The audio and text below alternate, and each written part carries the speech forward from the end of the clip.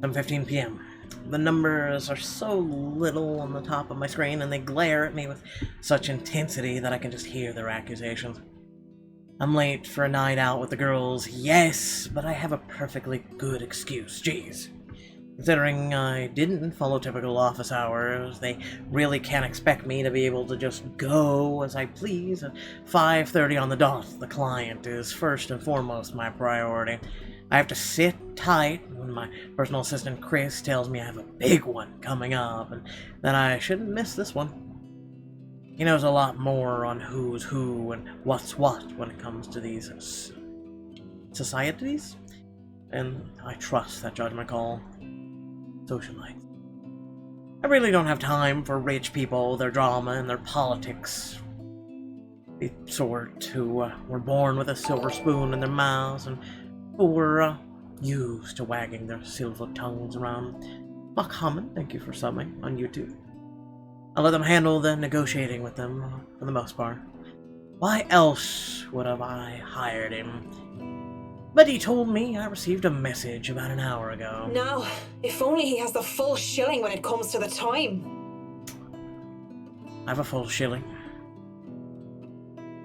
Come on, I have a social life too, you know, to an extent. Sort of. Pressing my head against the table, I try to stave off an oncoming headache when the notification for a new email pops up. All I'm expecting is, hey, looks like a good project I found, go send them a design, or something like that, really. But that's how often it goes. Even with these rich, jammy clients who have heard of me from their equally rich, jammy friends, I can't expect them to hire me right off the bat. Which is all well and good and reasonable. We figure out what they want, I send them my portfolio, my drafts for the projects, my rates, and hope for the best. This is a big client, Marianne. I'll babysit Beruthiel for you. Just please take this one project, I promise. This person is huge in Luxburn. Oh, I jumped the gun.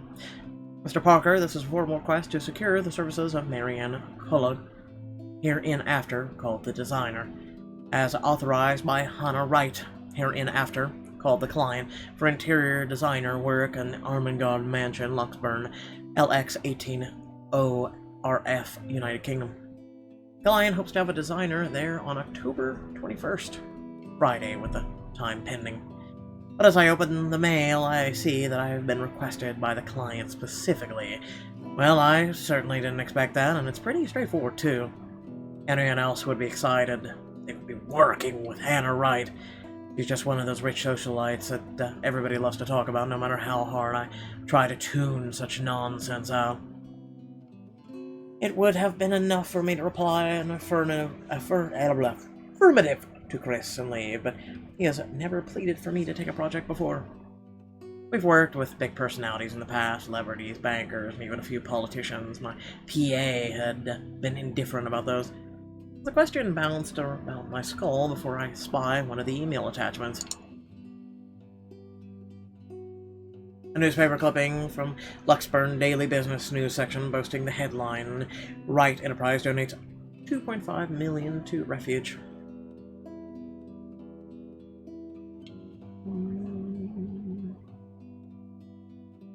The Refuge was for helping women, children, and victims of domestic violence.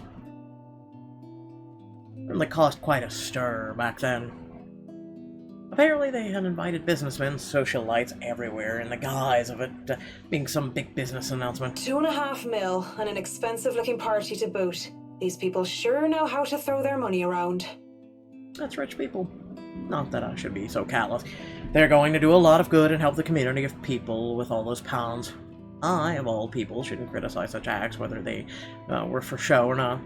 At the very least, I know they'll be able to pay my rates. With the headline out of the way, however, I find myself staring at the picture that came along with the clipping.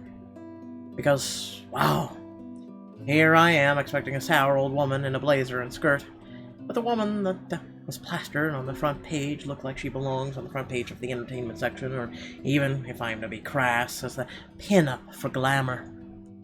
Okay, I'll be real here, a men's magazine. She sure knows how to rock that dress. Wait, her hair, her eyes, her lips, she can't be her. But at the same time, she is her. All only several years older. She looks just like... No, come on, Mac. The world is full of pretty blondes. It's just a coincidence. Shaking my head, I snap out of it, reach out for the phone when it buzzes, nearly falling out of my chair in the process. Who else would be on the other line but the very people waiting for me? Piss, I'm so sorry, Cam. I'm on my way. That's what I say. Yet I still don't move from my chair, face flushed and horse rating. Horse. Jesus. I could only stare until I can until I can will myself to reply that yes, I'm accepting the assignment. And it takes even more time for me to just close the image, shut down the computer, and leave. Even then, it's already burning, and it's an image into my head, no matter how much I wish I could disappear. Makes me eager for the alcohol and company. Be eager for anything that can help me forget. It's a good thing that the nearest pub is just a hop, skip, and a jump from here. The Galway Shawl, as it is called by those who frequented the place, is the only decent Irish pub in this county. You can pretty much tell that someone is new if they can call it by its official name, the Crawl Bar. My home away from home ever since I moved to Luxburn. Well, that is when I'm not cooped up on my condo working anyway. It's good alcohol, good company, and thank God and Saint Cecilia, good music. Crowd favorites like the Boothie Noise, High, Westland Men, and Second Fusion Orchestra are often played. Not to mention the singing. I love singing. Anyone could just break out into a drinking song, and the others in the pub are just wonderful that they just start singing along. Doing so while intoxicated is the best way to go about things. Hey, it's a win-win as long as I don't puke in the middle of a chorus, and as long as I can get home in one piece at the end of the day. And tonight, it's karaoke night. A better time than to try and sing all my worries away. That's what my intoxicated brain tells me. The ghost of guilt and sorrow remembers who I am, and in the prison of my heart, I was my only slave.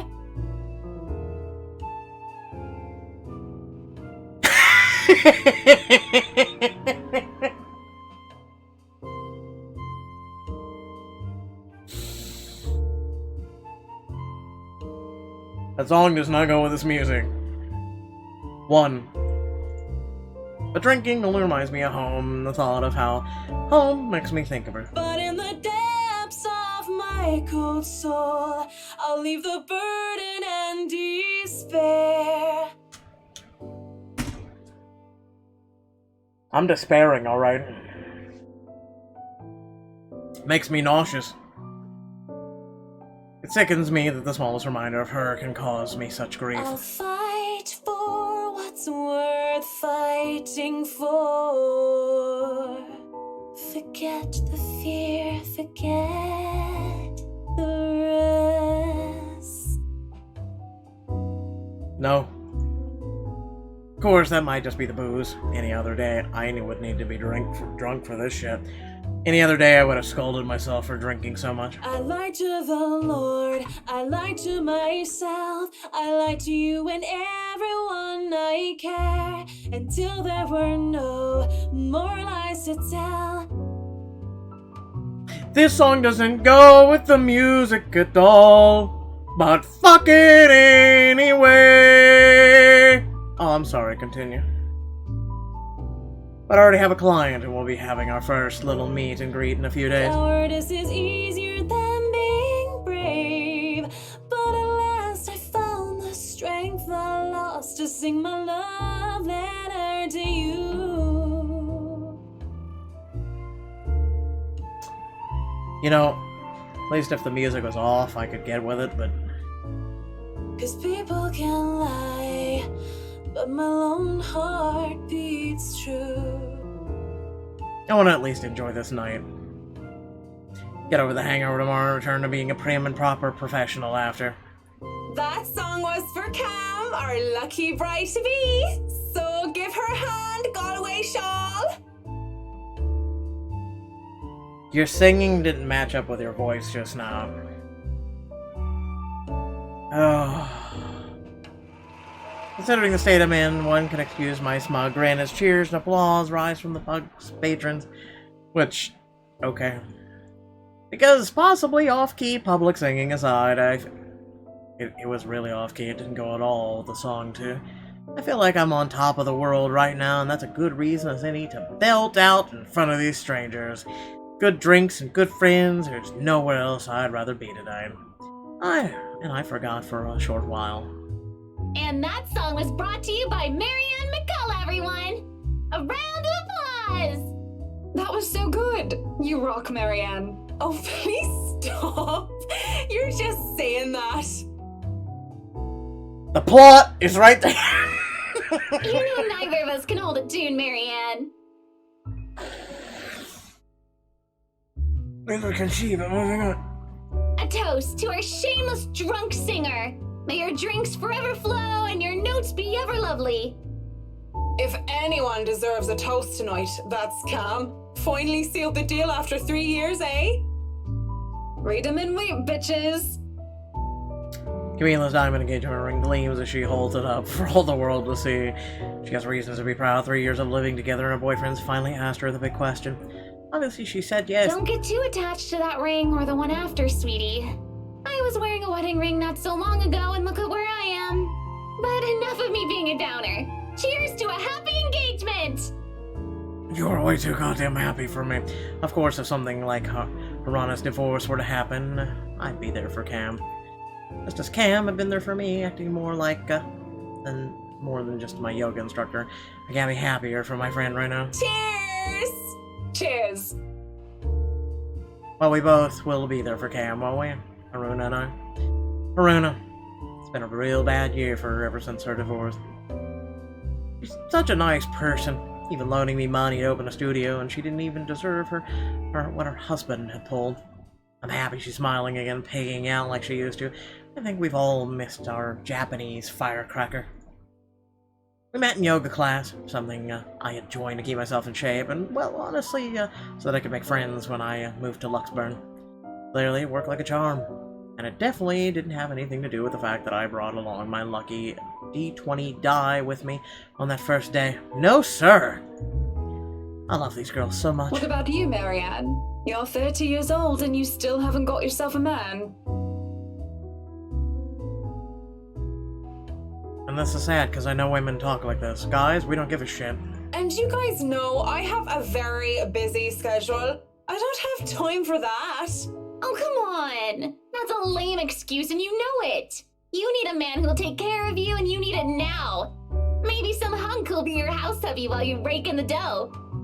I'm quite capable of taking care of myself. Who needs a Mr. Right? Hey, look at me, I'm Marianne McCullough, a lawful neutral cleric with 9 points in wisdom and 8 in charisma, but I can't get myself a date. Kinda like her. I mentioned druids and demons once.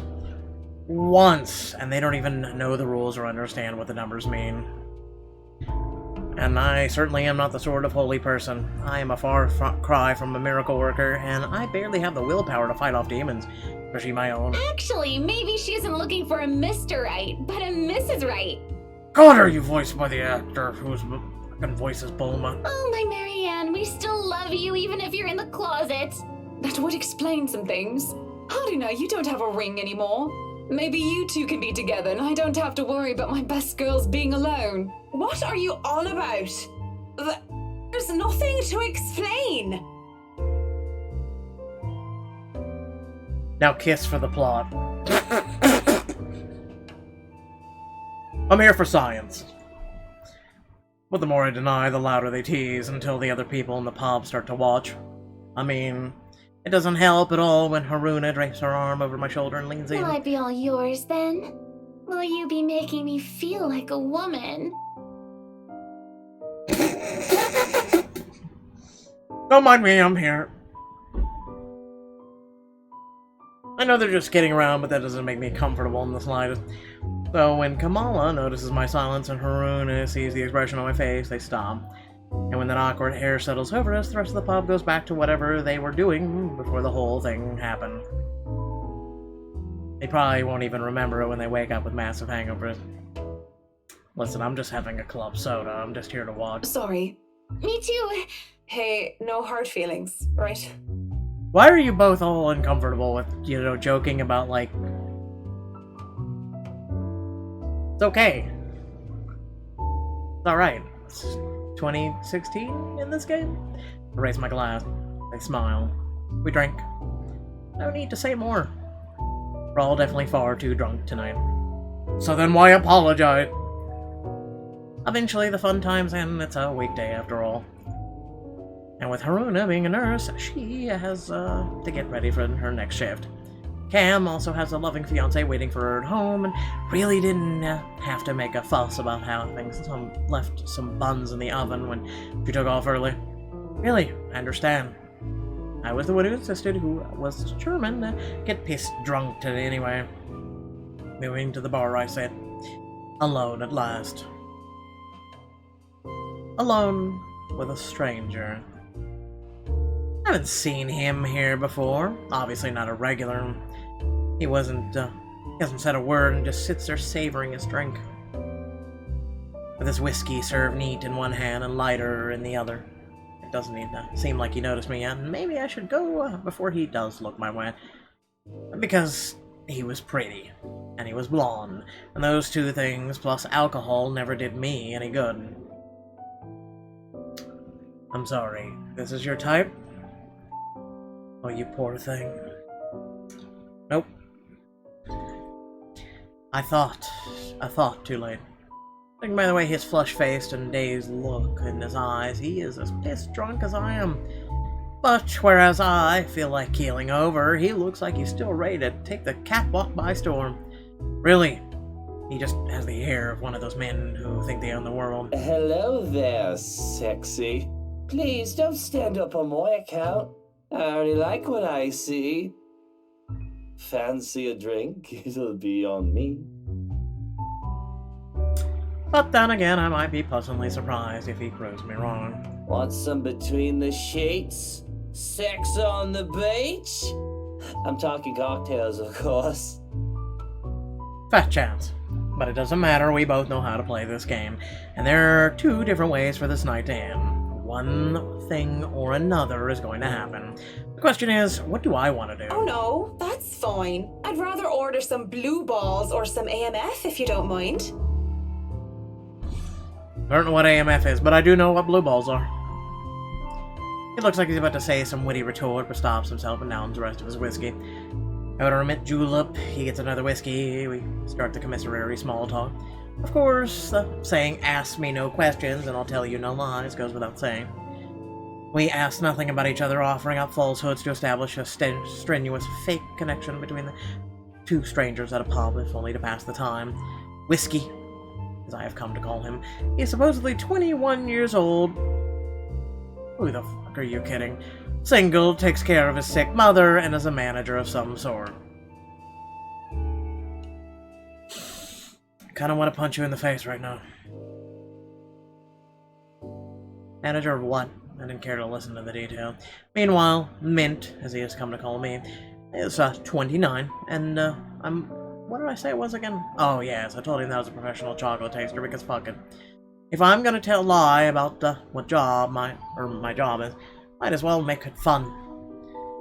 It's a pretty decent chat between two pretty drunk strangers. And maybe it's just me, but we might as fucking well expend the tiniest amount of effort in pretending that there's something meaningful in this meeting. Would have been nice too if it was just that left at it. But during a lull in the conversation, he brings it up. You know, I've never been with a woman taller than me. Why does height matter, seriously? I never understood that. And I think he, might have been different from the rest. Never have and never will, whiskey. Can we go back to the history of chocolates? Did you know that chocolate candy was introduced in 19th century England as a healthier alternative to alcohol? Actually, a healthier alternative to alcohol, drugs, and depression meds, too. I mean, Lucy was the most beautiful woman of her time. She had men come from the four corners of the world just to see the pure light of her exquisite green eyes. she were so lucky anyway. No, enough of the history lesson. Come on, Mint. You know and I know what you came here for. God, the cringe level just went up 100-fold. Though not every suitor was gallant, and she was no fool. She had known that sooner or later she wouldn't be able to defend her chastity. Come on. There must be something that gets you going. There is. Punching you repeatedly in the face. Can we do that? Can we spend the night? How drunk are you? So she had taken out a knife and gouged out her own eye. There is something, but I don't think you can handle it. Impressed with her devotion, God restored her eyes and made them more beautiful than before. He has a peculiar sense of humor, hasn't he?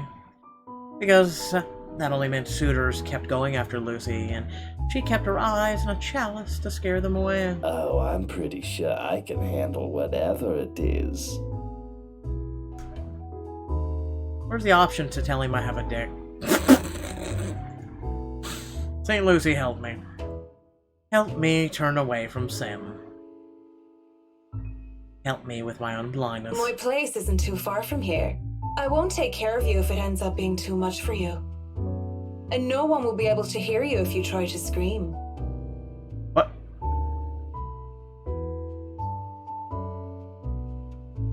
You sure you want to go down that road, pretty boy? Wouldn't have it any other way. No.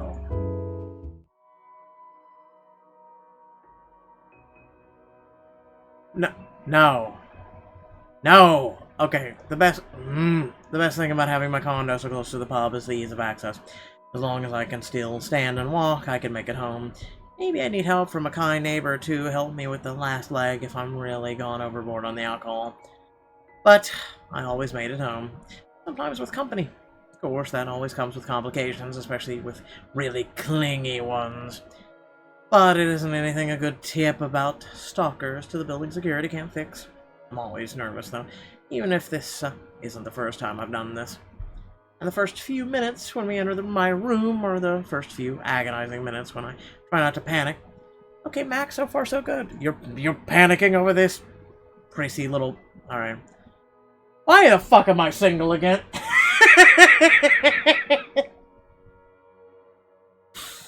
Don't let him smell your fear under all the liquid courage. He'll sooner or later... sooner or later, I'll never have to see him again, just like every other man before him. I'd like to say to myself that the men I brought to my place were more scared than I was, yet there is no fear when I look into Whiskey's eyes, only delight. When he starts touching me, I don't even hesitate when I push him back against the door. Roughness is to be expected. I'm killing him in my playthrough. I'm serious. If there's an option, I'm killing him. As long as he sticks to the script, everything will go smoothly. We'll have our little tumble in the sheets, he'll leave, we'll forget about it. If somebody asked what I really wanted, I would have told them that I wanted a bed of roses, chocolates, musics, and maybe in an Irish castle. Then why are you picking up drunks? But all I really want is her, and that's never gonna be a reality. That's my fault, of course. Because I was afraid. Because I was a coward. They would never hold a candle up to her. She was the light of my life. And I had to let her go. I can't even be bothered at the thought of her. Just the single thought of her makes me my resolve to see this affair through waiver. Wait. What is it now? Yes. What is it now? What's it gonna be, Marianne? To sex or not to sex? There's a god up there, isn't there? You gave me a choice. Thank you. This is wrong. We're both drunk. And? This is wrong. Don't you think it's a bit fucked up that we're about to have sex and we're just calling each other by the drinks that we had? How messed up are we? Doll, shut up with the ethics and morality talk. It is seriously putting me out of the mood. Oh, well, if you'd like to talk about ethics, where's your ring on your finger? You know, any guy or woman that wears a ring for at least a month gets a little shadow on your finger. Just saying, dog. If you want to leave now, Whiskey, I understand. I mean, with how smashed you are, it'd probably be best for you to sleep the night unless you want to be mugged. But I won't stop you. And this isn't going to happen. Bloody hell. Achievement unlocked. God, what? Yes! Of course, he's annoyed at me for putting off our night of sexual congress. But no means no. And beyond spewing a few profanities under his breath, he surprisingly simmers down soon enough. I was worried for a moment that he might try to force something. Instead, he makes a show of fixing his suit, smoothing down his hair before making himself comfortable on the nearest seat he could find. What are you doing then? You have a guest in your home. Put the damn kettle on. Dandelion tea if you have it. But I suppose all you have are those shitty tea bags from the store.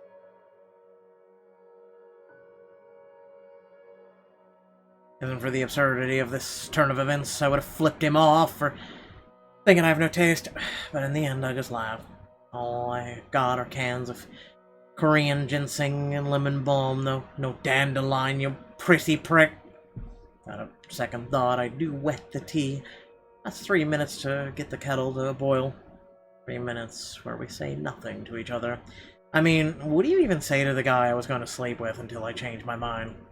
I doubt he's in the mood to talk about the influence of Troy's on Mallory.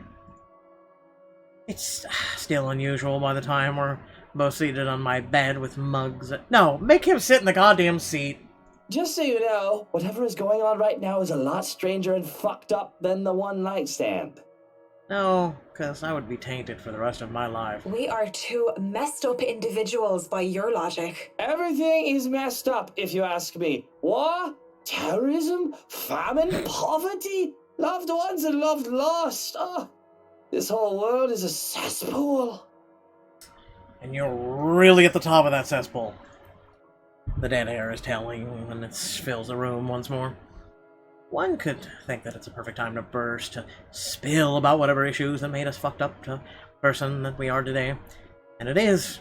But I guess some part of me would rather not put the weight of my problems on someone else's shoulders. It wouldn't be fair to leave that to a person when I don't even know if we'll see each other again. Sooner rather than later, we both pass out on my bed, mugs left forgotten on the floor.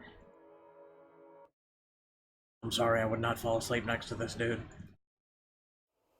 When awake, whiskey is already gone. Thank you.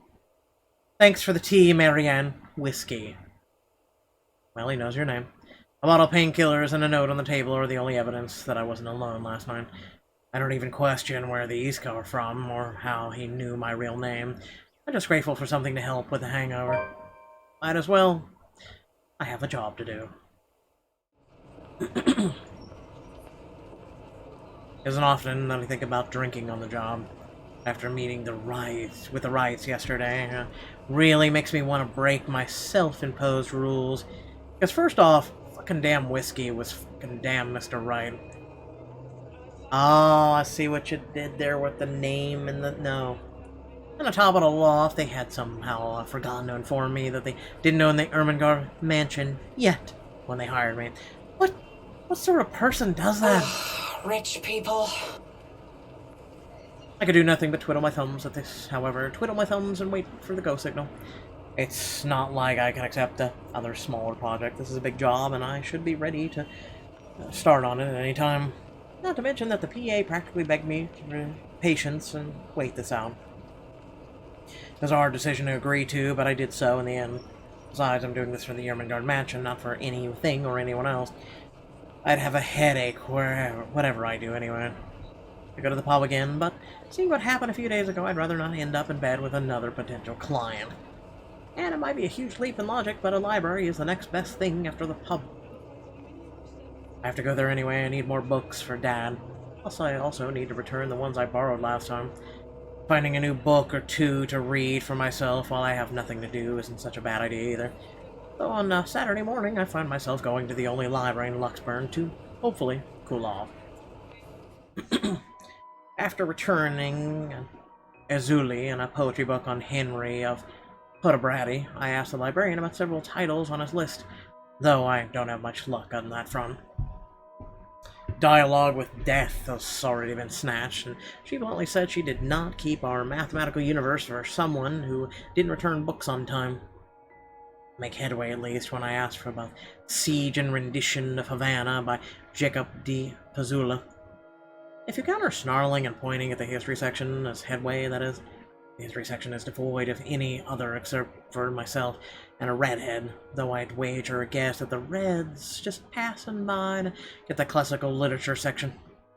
So many books, so little times, getting the books seeing so many wonderful titles gives me great pleasure. That's when I spotted. Hello, sailor. Why don't you come to Mama? Okay. Oh, you're talking to the book. Not the naval battle book I was looking for, no, it's even better. History of Luxburn Architecture. Newly acquired History of Luxburn Architecture. First edition, too. I know, I just have to get it. I've been waiting to get my hands on this book for so long. The fact that there is only one copy proves to be a problem, though, when Red reaches for it at the same time I do. think I had this first, miss. That was very polite of you.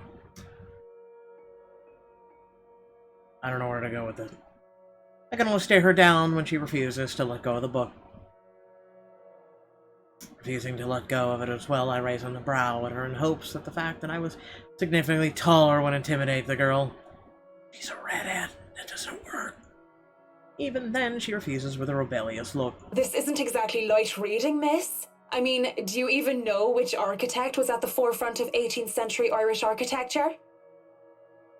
A beat. She blinks and I can't help the smirk on my face, which is wiped off when she opens her mouth. Edward Lovett Pierce, who established the Palladian style through his work with Castletown House and the Irish Houses of Parliament. I don't know why I can't fight with a redhead. I don't know why. God This damn it. bridge was destroyed in this year to delay French troops while under the regency of Mary of Guise. This is not what I was expecting.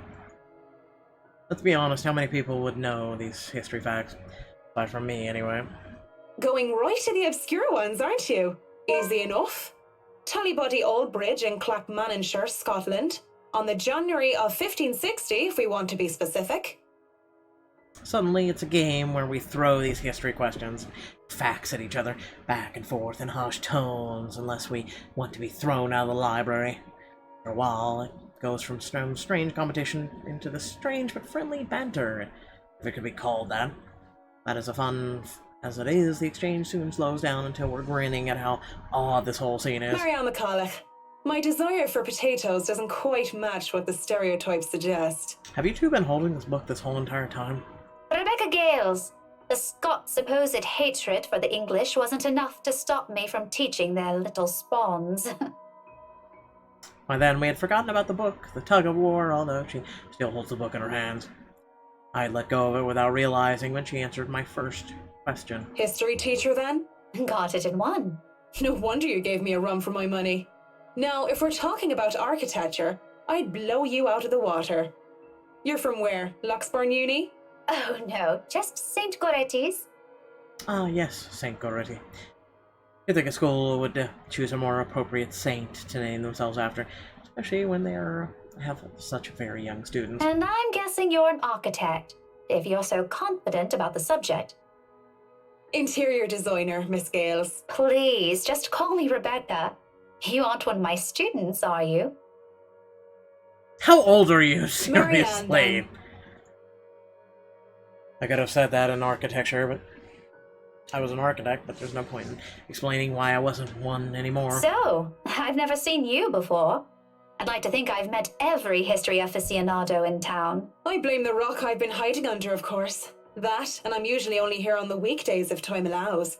Work often has me meeting clients on the weekends. That must be interesting work. It allows for some creative freedom, sure, but it's like working with children sometimes. Though you probably have it harder working with actual children. The hardest part is convincing them that your idea is their idea. That sounds exciting. It is! But isn't that true for any workplace, though? We just cross our fingers and hope there aren't any man-children in charge of important things. Any big projects right now? I'm working on the Ermengarde Mansion. Lucky me. That mansion. Wonderful. Breathtaking. I can't wait to start in it. Lucky me! Okay, you know what? I can. Now that is beautiful architecture. Pause. Looks like she wants to say something at my mention of the house. I'm not surprised. That place is certainly popular with the locals, especially with the urban legends attached to it. In the next second, though, she seems to think better of it and drops what she's about to say. So, do you have a portfolio or anything I can take a look at? I'd love to see your designs. Maybe you have some on a tablet? Why, yes, you can go to my Twitch I've channel. met some designers before, and they're always going crazy over these virtual room apps or another. A tablet? Please. Callicrates didn't need those silly eye-tabs when he built the Parthenon. I certainly don't need one to design a house. Your computer back at my place is all I have. Why should I buy an expensive gadget that has just get outdated within a year when what I have is just as functional? Traditional ways had a far personal touch, in my opinion. Not to mention these smartphones are awful tools of procrastination. And that's why I don't have one that's worth a shit. I can't even count on one hand the number of people I see going outside, only to have their eyes glued to the things. Yes! And fuck touchscreens. They're evil little things that make typing and what should have been a simple task harder. I do have an online portfolio if you'd like. I can... Speaking of thinking of the devil seems to have summoned it, because before I can even carry on, Rebecca's attention waves as she pulls out her mobile. For what I can only assume is a call, she gives me an apologetic look before standing up and excusing herself. Off farther into the aisle she goes for more privacy. I do my best to give it to her as well, trying to tune her out. Well, is something wrong? Lunch at the coffee house? Sure, I can make it. I'm not too far. I can be there in 10. I'm serious. I'm serious. I've been on dates with people who have pulled out their phone. I've been with family members during dinner at a restaurant, and they'll pull out their fucking phone. I hate mobile phones. If we could have the apocalypse where all of it would get wiped out, I would be so happy. With how quiet the surroundings is, she can't blame me if I overhear snippets of her conversation. When she returns with a sheepish look on her face, I know that our friendly chat has been cut short. Sorry, I have to go and meet with some friends. It's fine. Totally fine. No need to even apologize. About the book. Her embarrassment increases twofold when she realizes she's still holding onto a history of Luxburn architecture. I don't give her the time to think about it as I put my hand up and shake my head. Fishing out a pen and paper from my bag along with the other one of my business cards, I hand them over to her. You know, I'm busy with work, so I might not even be able to take a peek at it anytime soon. You can go ahead and have it. Aw, aren't you sweet? You're lying, but sweet. But you'll have to ring me up when you're returning it just so I can snag it right away. Deal? Makes quick work, putting her number down and handing it back to me with a grin. Deal. Just message me during school hours, of course. You have a good day then. You too. Rebecca gone, I'm left alone, standing in the history section. Although my original plans were simply to sit down and read a good book, or a little pop quiz, if you can call it that, made the time pass by without any of us even realizing it. It was fun, and I do believe I made a new friend. Good job, Marianne. Even with the talk of lunch, however, I don't feel like grabbing a bite to eat. There are still some other books to be read here, and I'm hoping to find something that will help me while I work with the rights. Something like How to Deal with Arseholes Professionally 101, just in case. Oh my god, I'm starting to speak fucking Irish now. Shit! Or may I say shite. I've dealt with a lot of uppity, snooty, rich clients before, but it's still better to be safe than sorry. Because Luke Wright just takes the fucking cake, and he probably manages to eat it too. It seems the world is conspiring to keep me from me time, as my mobile vibrates in my pocket, and the moment I find something from the shelves of the classic literature section. Marianne McCulloch, Charlie Rose Design speaking. Rose Cooper here, Miss McCullough. I hope I didn't catch you at a bad time or anything. Doesn't even sound like her. But I just wanted to check in and tell you that we've got the clear to hand over the documents. Madam Wright told us that we should forward the floor plans to you. Already? How did they go through the process of, surely this is there are so many red tape to even acquire the forms and into transferring the rights? No matter how rich the Wrights are, it shouldn't be this quick, right? So, if I can just have your email, I'll be sending them your way. It's not her. I'd actually like a physical copy of the floor plans. Oh, I suppose that's fine. I'm not at the office right now, but I can inform Miss Santos of your request. I'll make sure to drop by the office after lunch if that's fine. Not a problem. Right. Well, cheers. Right. Cheers. I don't know, I just don't. Is there some sort of deeper miscommunication than we last met? Some things take time. It's been, what, a day? Less than that, even? There isn't even a point in trying to make sense of these people who seem to be larger than life. Looks as though, like I'm on the clock starting today. Might as well eat. Grabbing some fish and chips from one of the street food stalls, I find a table to spend time with a copy of Marquis de Sade's The Crime of Love, since Rebecca left the book with I wanted. I've read this one before, along with the rest of his works. This would be the 18th time, in fact. But it's always nice to read through it again when I don't have the time to enjoy something new. Besides, when you're dealing with people so filthy rich they just end up plain filthy, you need the good old Marquis. Sound advice. La blessure se trouvant sans aucune sorte de conséquence. Okay, now draw me like one of your French ladies. The wound being without any consequence. Of course, it's folly to think that things have no consequence when everything actually does. Briar Reality Corporation's Luckburn branch isn't too far from the city center. It's a few blocks away, and I can easily eat and walk. Rather use this time to rest before I go into a flurry of activity. No doubt there'll be so much to do once we get our hands on the mansion. Still a lot better than working on another condo, at least. Surely. No matter how much BRC and the old owners put into the restoration and preservation of the place, my big repairs would be superficial at most. I'm quite certain that in their haste to sell the property, they did a rush job. It isn't any infrequent thing to do, despite how it is frowned upon. There'll be a lot of hidden issues that I need to weed out, and I have to make sure that I find every single one of them, especially the more serious damages.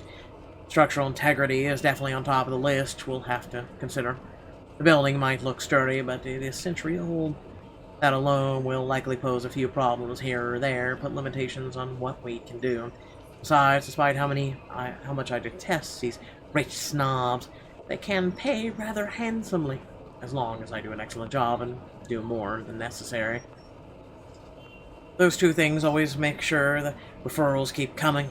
I don't even have to hunt down projects for myself. When I go to BRC's office, I can't help but stop and stare when I enter the building. With the lunch hour closing, employees should have been back already, if they still aren't filtering through the doors. I get that it's Saturday, that people will probably feel tired and lazy to be working on a weekend, but they're still on the clock, and not bumming about wasting company time on extended lunch breaks and cigarette sessions. The office is spacious, as it is with these big corporations. Each person is given their little space of what's actually a 2x2 meter cubicle. There's a lot more empty chairs than there are actual people working at their desks. Reminds me far too much of the day, my last day, at risk of all projects during the massive layoffs due to the Irish economic crisis. But it isn't just that, though. Everything is as quiet as a grave. It's as if these people are merely ghosts. Speaking of ghosts, Santos comes in through the door looking as if she's just seen one. She looks at me wide-eyed with deer caught in the headlights, ready to bolt at any moment. I'd ask out of concern, but I feel I'm not in a position to do so. If it's something personal, I'd simply be overstepping my boundaries. Really, it's none of my business. I presume that Miss Cooper told you why I'm here, Miss Santos? Huh? Oh, yeah. Sorry, I just got back from lunch, you know? But it won't take too long. Don't worry. Of course it won't. This whole project has established itself to be a matter done in haste. I do hope it doesn't mean that people are being careless in their duties. She flinches and looks like she doesn't quite know how to respond to that. Thankfully, instead of opening her mouth, she leads the way towards her station and goes to fetch the floor plans. It won't take too long, as she says, but it does take a bit. Time spent to compose herself, most likely. No, we usually just email these things. I prefer the real thing. Not that you would know. You probably have your nose stuck in front of a smartphone when you're not working, and even when you're working, playing those mindless, addictive games. I definitely wish Chris would stop playing that Bat-Cat thing during work hours, too. I know what you mean. Digital painting is nice, but nothing beats the smell of real paint. Not that I go and smell paint like a crazy person, but, you know, the real thing is different. Oh, smells like a white lacquer paint. I mean, what? Yes, nothing is quite like the real thing. Looking at the floor plans, I see that I got a lot going on for me. Now I know how Ray felt when he found the Central Park West building floor plans from that one movie. This is why I became an architect in the first place. Hold on. Wait, that's the ground floor, then the first floor, then the second floor.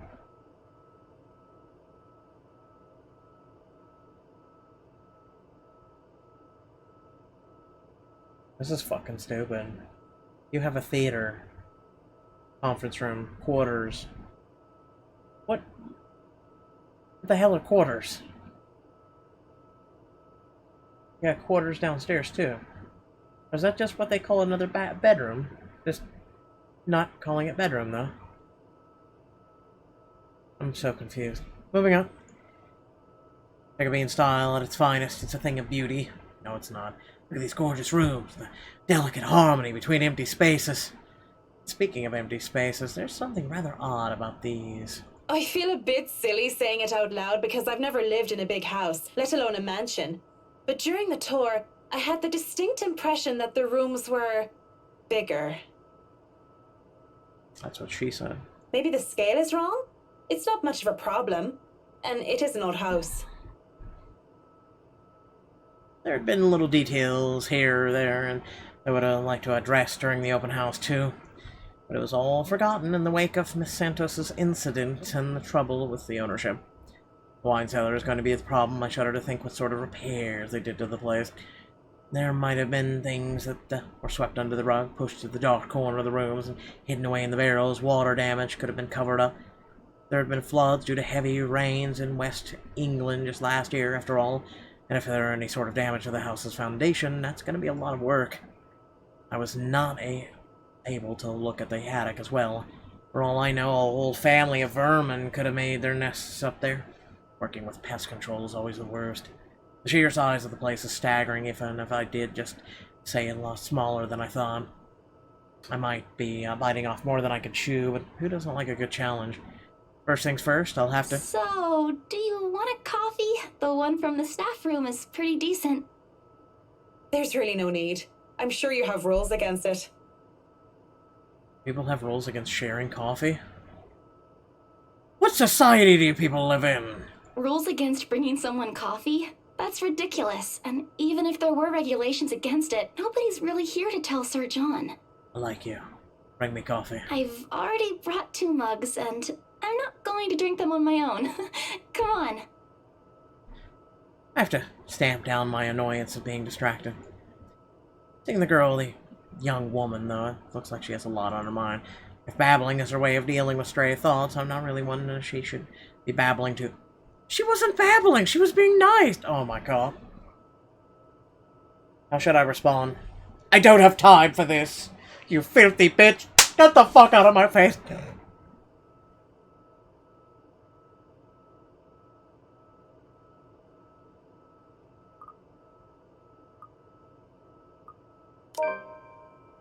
I give her time to speak on. But when she just stares, I clear my throat. Yes? You have something to say? An embarrassment creeps out up on her face. I snatch one of the coffees from her and take a sip. Too Just hot. thinking and speaking off the record. It must be fun, what you do. You go to people's houses and you make them, well, pretty. You're sharing your art with them. It's a little bit more complex than that. But if you put it that way, it is fun. I wouldn't have done it for 7 years if it wasn't a little bit fun, I guess. These big clients always have paintings in their homes. Do you have a supplier for art pieces? I didn't expect to hear such questions from her, seeing how well she handled herself yesterday. I didn't doubt then she was assigned to the important sale like the Ermengarde Mansion, despite the little accident she had. Now she just looks too young, too nervous, and unsure of herself, although her enthusiasm must make up for that in spades. In fact, I wouldn't have believed it if she introduced herself the way she is at the moment. By watching her now, she actually looks like she should still be in college. Acts a bit like it too, when I think about it. Why are we shaming this girl based on her age, or what she looks like? Seriously. I thought she was a teen, slumming it out in the mansion when I first saw her there, lying on the ground. Okay. Surprise, surprise, she turned out to be one of the estate agents handling the property. Clients usually support artists of their own choice. If they don't, I'm always happy to refer those that I know. That's cool. They're very picky. I don't think a hobbyist will have an easy time getting their work sold. Hey, I'll have you know I was a student of the fine arts. And yet here you are, selling property. Maybe you weren't a very fine student of the arts. You know, maybe you weren't such a nice lady. And I thought you were. Maybe I took that a bit too far. She bites her cheek, and it looks like it's barely holding herself back. It's not like I had a choice. Mutters under her breath. I barely even hear it, but the hurt is there. And it makes one wonder what brought it on. Although it is understandable for reasons, what I think it is, very few people make it big in the art world. I can see why she's upset about it with the enthusiasm. I have a choice when I left Ireland. It was that or years of unemployment. The recession and the toll it took in the construction industry was out of anyone's control. I don't know what choices she wasn't able to make, and whether it was about her being at art school or something else. But the world isn't a fair place. The sooner she accepts it, the better. Yeah, give up your fucking dreams. Flip burgers at McDonald's. Do it! Still, with that forlorn look on her face, I can't help but sigh. The girl reminds me far too much of myself when I was younger. Well, if you're thinking of commissioning your paintings, I'll have to see your work first. Oh, it's not... I didn't mean it like that. I don't have any paintings. Really? You sounded a lot like you still did art or want to. Now I'm starting to worry that you might just like the smell of paint. I'm not a paint huffer, sheesh. I just mean I don't make much anymore. I don't really have the time for it. The tools and materials aren't exactly cheap either. Everything has a price. It sounds like you're making excuses for something you're presumably passionate about. If you really want to practice art, a little out of your wallet isn't much.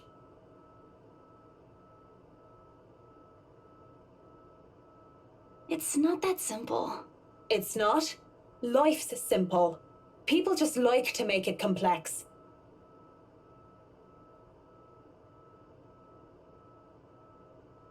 Are you for real right now?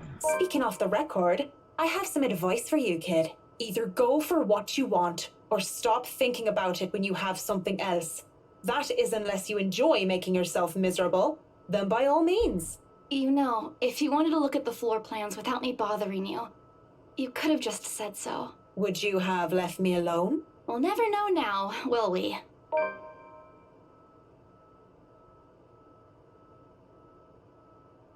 She is a bitch. Strained air settles in the room afterwards. It doesn't help that she doesn't immediately leave, as she has said, lingering awkwardly by the door with a downcast expression. It's clear that there's more to she means to say, perhaps even to defend herself and her choices in life, or if she expected me to dish out more of that advice. It's an awkward affair, and I have to choose to hightail it out of the reality office as quickly as I can. Though I am able to keep myself professional at all times does not mean I like it. That was being professional? Seeing that most of the day has already gone by before I realized it, I choose to head back to my flat instead. Despite today being a Saturday, no fun, but at least this way I can definitely avoid another unpleasant encounter. Unless she looks at herself in the mirror. Considering how much I'll be seeing whiskey in the near foreseeable future, I have a feeling I'll need all the rest the weekend can give me. Want to punch you in your boobs? For the first time in a long while, excited as I am to work on the mansion, I cannot wait to be over and done with this project. I can't wait to be over and done with your corpse on the floor. I mean, what? Monday couldn't come any sooner. After taking the floor plans from Miss Santos the day before last, I spent most of the Sunday drawing up plans and calling in my suppliers. Although no design choices have been made yet, I'm quite sure they'd want high-end appliances, the most expensive material, and the most pretentious everything. They usually do, these rich types, based on my experience, at least.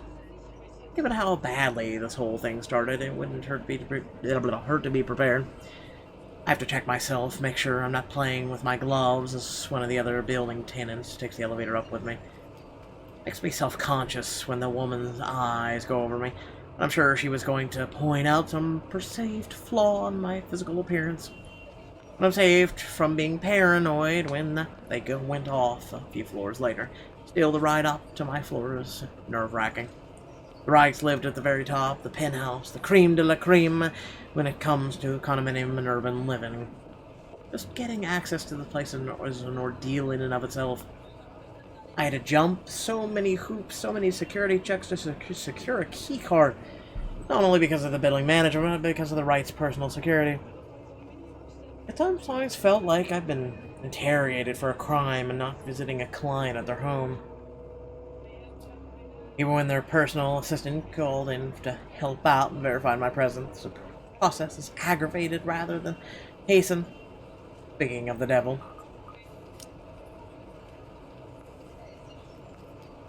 Really, we gained points with her? That is amazing. Isabella's a trooper.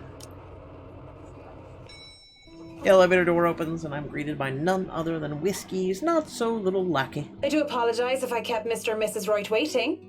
But I'm here now, and I'm ready, so if I may, where are they? They've just woken up, but they should be down soon. I'm surprised to see you made it through security. And only 5 minutes late. You said I'd be through security soon, and it took half an hour. Define soon in this context.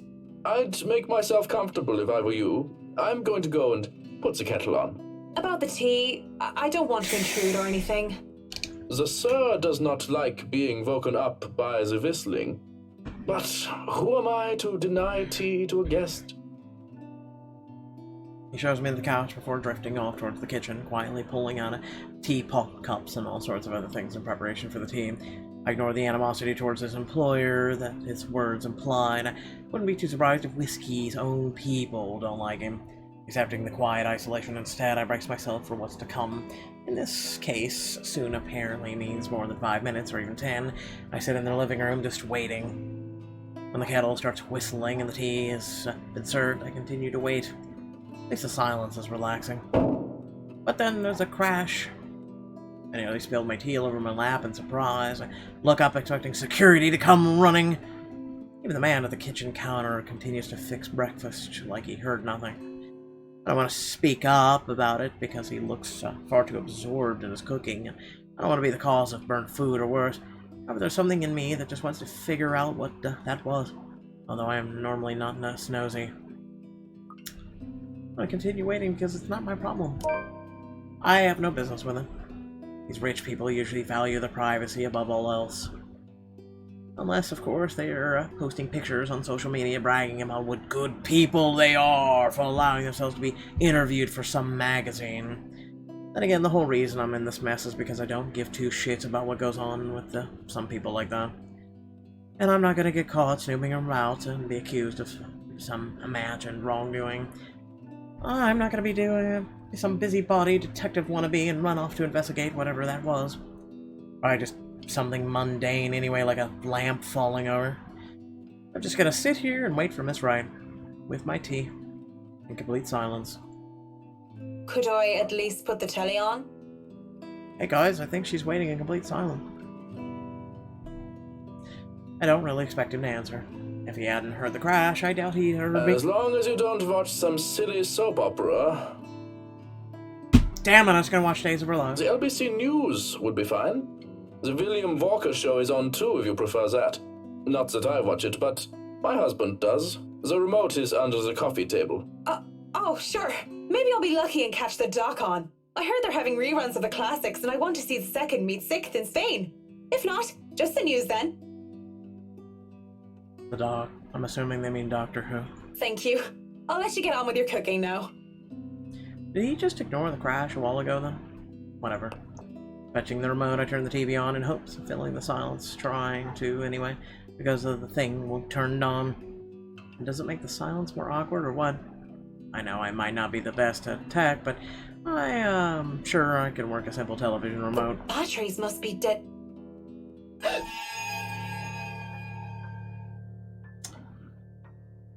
Question, why does she have blonde hair now? There's blood everywhere. Help me, it says in red. I look at my own hands and find them clean, and I see this grisly reflection gaping back at me. And though there is nothing staining my skin, I can feel the sticky and warm feeling of blood dripping down my cheeks. I should be worried. Instead, I feel my attention drawn towards her. Her beauty, blonde hair, soft lips, with skin so fair, swaying hips. I want nothing more than to hold her, plant my lips on her neck, and to run my fingers through her hair. Okay, that's a weird thing to fantasize about right now. She laughs and she smiles when she looks at me, but where are her eyes? Temptation is gone in an instant as I recoil, horrified at this reflection I'm seeing, only to back into something, or rather someone. Miss Wright stands there, twirling a lock of her blonde hair, a soft smile on her lips, and a hand on her hip. I must back away, but I ground and remind myself that this is my client. And whatever I just saw, well, it wouldn't be too far-fetched to say that perhaps I am being a bit daft. Don't ask. It would be preferable, of course, to think it was just a trick of light or the makings of an overactive imagination. Yeah, seeing blood everywhere and the fact it's dripping down your cheeks, but for whatever reason you want to put your lips on her neck. It's fucking weird, to be honest. Good morning, Mrs. Wright. I'm sorry, I didn't see you. You don't say. Have you been standing there long? No, I just came down and saw you were having a hard time with the telly. We must have forgotten to change the batteries. Are you all right, dear? You're looking a bit pale. Haven't you had breakfast yet? No, I'm fine. I had breakfast already, Mrs. Wright. I just need... Well then, you mustn't have had enough breakfast. I'm all for a good diet, but that's the most important meal of the day. Johans is cooking up pancakes. Pancakes will make anyone feel better, he always says. We can sit down and tuck in. You'll feel right as rain once we get some fluffy, syrupy goodness in you.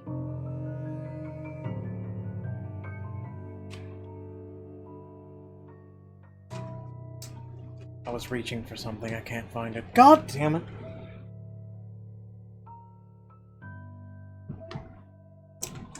Well, I must have misplaced it. I was gonna pull out a knife, she's way too happy for me. And are you sure you're fine, Mary Hen? You're shaking. Thinking down to my hands, I can see them trembling. Really? Just because she looks so much like her, I'm becoming a damn train wreck. I've been seeing her in my dreams and hearing her voice ever since I met Miss Wright at the mansion.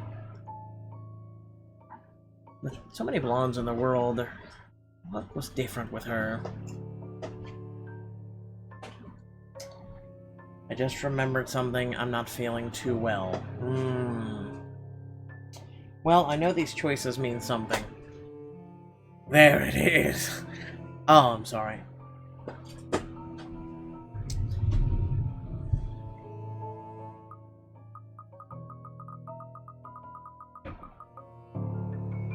I just remembered something, that's all. It's nothing to worry about. Are you sure? I am all ears if there is something bothering you. She wants you to run a train on her? What? I don't mind a good story, and I don't want it to affect your work performance. Gossipy wagon, isn't she? She should just leave you alone. It's not like you need her. Boys? You don't have to worry about that, Mrs. Wright. I say business stays business, and anything else can stay in the doghouse until I'm done with work. Just have to bear her through it, don't I? If I tell her that I'm hearing voices, that'd be a fast track straight to the nut house. What else can I do? Saint, Vivia, help me at least. I become like her father, Damien. Or Damon, insane at the thought of lost love and mad in the pursuit of another. Shall we talk about your work then? If you'd like. It's on your time, after all. I've been told many good things about you, and I've seen some of your work before. Others speak very highly of your work etiquette. Yet I've never heard of you before. Not even a whisper of the McCullough name. Well, I've only been in Luxbourne for 4 years. Tried to make it big in London for nearly 3 years before. And I've only been working these high-quality projects for the past year.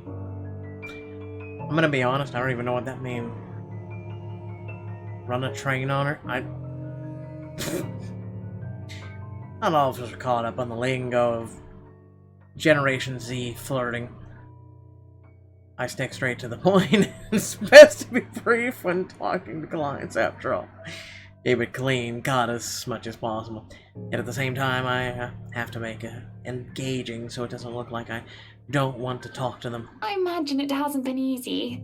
I can't see why you've moved from London to Luxbourne, though. Job vacancies were fewer at the time, and I had a lot of competition in London.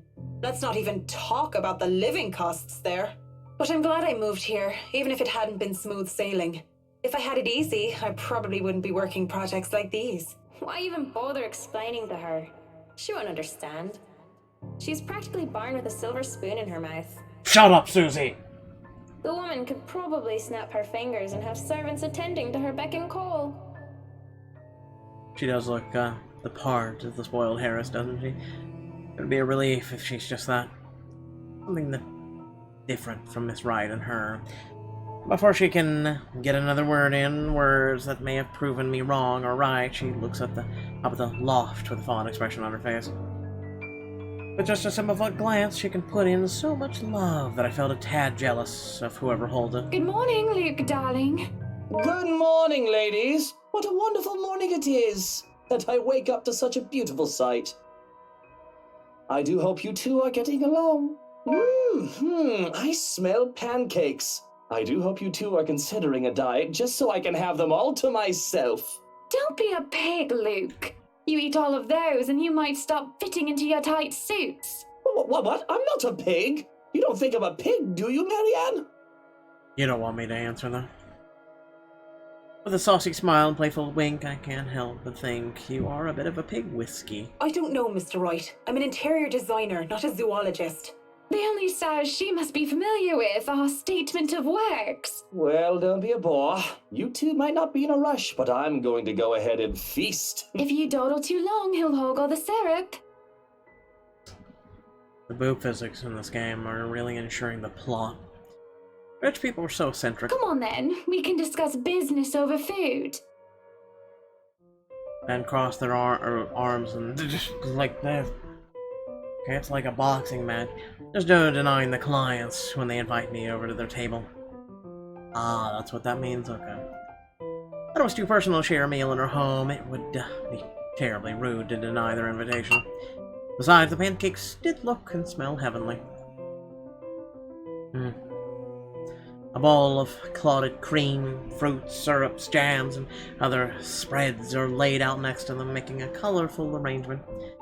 If this was brunch with friends, I'd gladly help myself to a whole lot, but as it is, I accepted just a few pieces of pancakes, topped it off with lemon and sugar. You know, I was a tiny bit serious when I said I wanted a helipad. And you're not serious about the greenhouse, the vineyard, and the stables? Well, I do want those too, but I know you'll agree to those. We're talking about interiors here, honey. You don't handle exterior designs and whatever handles those sets of projects do you, Marianne? I'm able, actually, and willing to take a project of that nature. I was an architect in Ireland before. Of course, that's another contract entirely. I also suggest we finish the house itself before working on any additions to the rest of the property. There won't be any problems about ownership this time, will there? Pardon if I'm crossing a line, but the acquisition was rather quick. Oh, don't you worry. We've got everything sorted this time around. I've talked to Miss Cooper and Mr. John from BRC, as well as the old owners.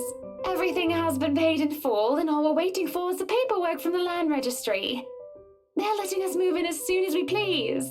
It's not like they were living there in the first place. That's good to hear. The problems that could arise from renovating another person's home would be, well, let's not dwell on it. First off, we'll want to know how you want the place to look. It's pretty furnished as is, but I understand if you want to modernize the whole thing. Actually, I'd prefer to keep the place looking as it is, but at the same time, I want modern appliances. I'm a guy, I don't give a shit about any of this. You worked on the Ludgate's Christchurch summer residence. I do remember there being an oven I thought was a simple drawer before. Make them look vintage, antique, blend in with the rest of the decor. Customize appliances then. I can't find someone for that, and if you can't tell me what you specifically want, it'll hasten up the process. We're talking about electronic appliance manufacturers. If you have a preferred brand to work with. Why yes, Kenmore. They make wonderful toasters. Get the Get Good book of Locum 29. That'll book 23 for $19.99. Get it free. Kenmore toaster. Splendid!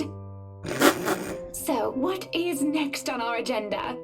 All the other interior designers we've hired in the past did not have us this involved. Stomp, what sort of half-baked designer did that? If I knew who they were, I would have words. Isn't the time or place for it. However, instead, I use this brief pause to pull out the floor plans I brought with We'll me. have to figure out what you want to do with the rooms. Here, we can have a quick run through. What is that little room next to the master's bedroom? Oh, as far as I could tell when I saw it, it's a second bedroom of sorts. Used, apparently, for the ladies-in-waiting who has served Lady Charlotte Ermengarde, which is strange, as that isn't the norm for these sorts of houses. Well, we're not stuffing Johans in there. He won't fit. You don't suppose we could turn it into a walk-in closet and a dressing room? I love fashion, but do we really need to turn an entire room into a walk-in closet, dear? We'll have large closets and a wardrobe in the bedroom already. Says the one who takes 3/5 of our closet. Well, what do you suggest we do with it? I thought a utility room of some sort would be nice. A craft room where I can do fun things. Or maybe a children's room might be nice. You know, for when Kylie comes over. Or if Rochelle visits once she's had a baby. 1, you are not inviting that witch. And 2, there's a whole mansion for Kylie to play in. We don't need a children's room, and you don't even do arts and crafts. I'd like to turn the guest's room and the study into my personal office, by the way, if you don't mind. You can turn it into a personal office if I can have my utility room. It's just the one room of the many. I'm taking that room for myself, no matter what you say, dearie. So you might as well take this deal. You're always out doing business anyway. The real problem is the theatre. Whatever are we going to do with all that space? Rich people goddamn problems. Fine, we could turn it into our own personal cinema, I suppose. Might as well have it, if you plan on not having a telly in the parlor. Yes, well, I don't want guests to be glued to the telly when they come over for a meal and some tea. By the looks of things, we can keep the rooms as what they are on the ground floor, though. The ballroom would be perfect for parties. Do we really need a dining hall, though? I don't suppose we can't convert it into a garage.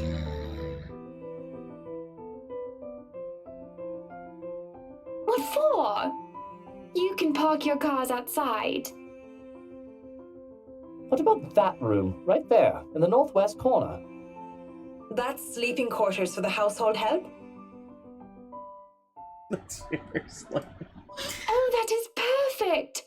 Johans will be glad if we have other staff members who stayed in. It'd be convenient so they don't have to make the trip from Luxbourne to the mansion when they're needed. You'll definitely need a lot more people to maintain a property of this size. The mansion is really a lot bigger than I thought. Look at all these rooms. I didn't even know there was a music room next to the parlor because of what happened. There was a grand piano in there too, when we checked during the tour. Did you hear that, Luke? Maybe you can take up playing the piano again. Oh, you should have seen him when we were younger, Marianne. It's not like I was very good with the thing. Oh, hush you. You were no Mozart, but I loved hearing you play nonetheless. He'd come over to my home and he'd play such fun tunes. He'd sing too, and I'd dance, and it was just... Mr. Wright playing the piano? I can't imagine it. About the earnest way in which Miss Wright said so, told otherwise. Anyway, what do you think of these plans, Marianne? Are we not even going to consider one of my requests? Not even just a closet or just a garage? Now, that isn't fair, is it? You're not the only one who's going to be living here. I hardly see how that's unfair. I told you you're getting your office and your theatre, the greenhouse, the vineyard, and the stables. That sounds fair, does it not, Marianne?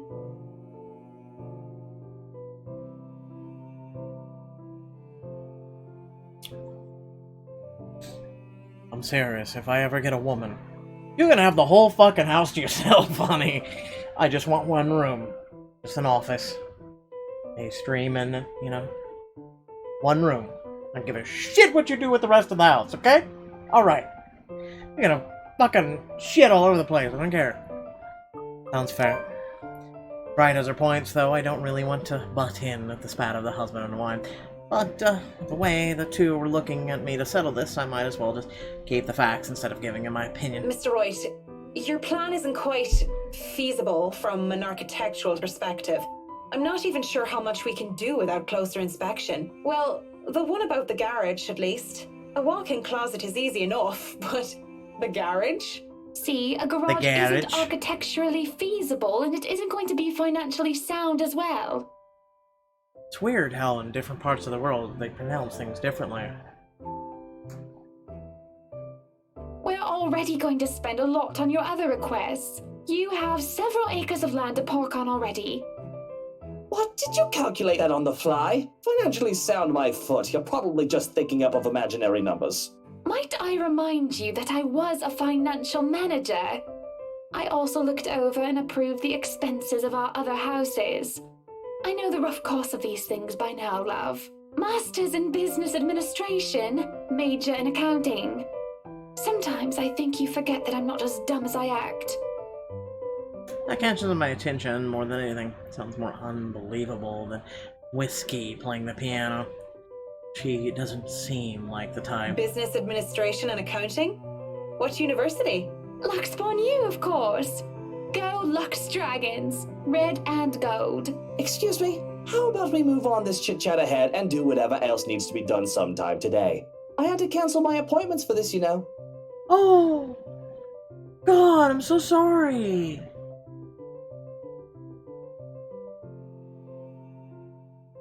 Oh, I'm sorry, I just have an itch. We might as well do a proper inspection with the designer this time, just to get it out of the way. Yes, no time like the present. You want a thorough inspection? Might as well do it now. We actually took another look at the property yesterday, though it was brief. But I'm sure you would want to see it yourself, to spot anything we might have missed. Not like I have much of a choice, do I? Finding the Ermengarde Mansion in their rice is an awkward affair. Not only am I worried about scuffing the expensive leather seats, but I'm also worried about getting in the middle of another couple's spat. With the tension so thick in the air, I can feel them starting at each other any time. Nobody's saying anything up until Mr. Wright tells his valet to turn the damn radio down. For a moment, I think that he might start. But instead, he just stays quiet, and so do the rest of us. In the end, the sufferable silence stays. I have never been so glad to see a house. Stepping out of the car and onto the mansion, and on the end of the uncomfortable ride, and I finally take a deep breath of fresh air. The beauty of the place never fails to make me gaze and wonder every time I see it as well. Miss Wright moves towards the front door, keys in hand. I already hear Mr. Wright applauding. All right, yo, Holmes, we're going to go in, but I want you to look around the place. Familiarize yourself with it. Know every nook and cranny, every inch of the lot. Go and see where we can put that vineyard and the other things we talked about. We'll want to know where to station security as well, so go around the perimeter and figure it out. Scouts the property and circles a perimeter on foot. You do know this is 46 acres of land, sir. Get to walking it, bitch. I mowed it. Well, you are not driving a car over the grass. Put those long, spidery legs of yours to good use. I didn't hire you to stand around and look intimidating. Go, mush. Someday I'd like to ask how Johannes can even stand and tolerate this man. Why doesn't he just quit? Certainly the pay can't be that good. Even I'm a bit put off by the mutual employer, and the only thing that keeps me from bailing is the fact that we've signed a contract. At least I'll be working with him during the duration of the project. He works with them every day. Sometimes I think you hired me to make me suffer for your amusement. Someday, I'd ask. I feel a bit bad for him. If it's any consolation, he'll be away from Mr. Wright, if only for a little while. We're able to enter the mansion after a bit of standing out there in the sun. It's wretched, strange sunlight that is far too alien and rare. There have been a Bit of a problem with the missus not knowing which keys or was which. The first item on the agenda would be the grand staircase. It seemed sturdy during the last open house, but closer inspection might say otherwise. There are no obvious marks of damage, nor wear and tear, probably re-threaded during renovations. Peeking under the grand carpet, the wood is properly installed with the bark placed down to prevent cupping. The carpet itself could use a vacuum, though. Structural conditions, from what I can see, without actual dismantling the thing, look to be in good shape, and the handrails and support posts are firm. The work on it should be commended. I can't look much more into the rest of the foyer, however, because Mr. Wright starts to hurry us into checking the dining hall. So, what do you think? Certainly we can't turn this area into a garage. It's Jacobean architecture. I'd say these would be pilasters and not buttresses, but you never really know. They really liked mixing up these elements. You could say it was pretty avant-garde at the time. We might hit a support beam if we're not careful. I'm sorry, you want to turn this dining room into a fucking garage? Are you serious? What? And in layman's terms? From what I see here, we could risk great damage to the house if we try to turn the dining hall into a garage. What?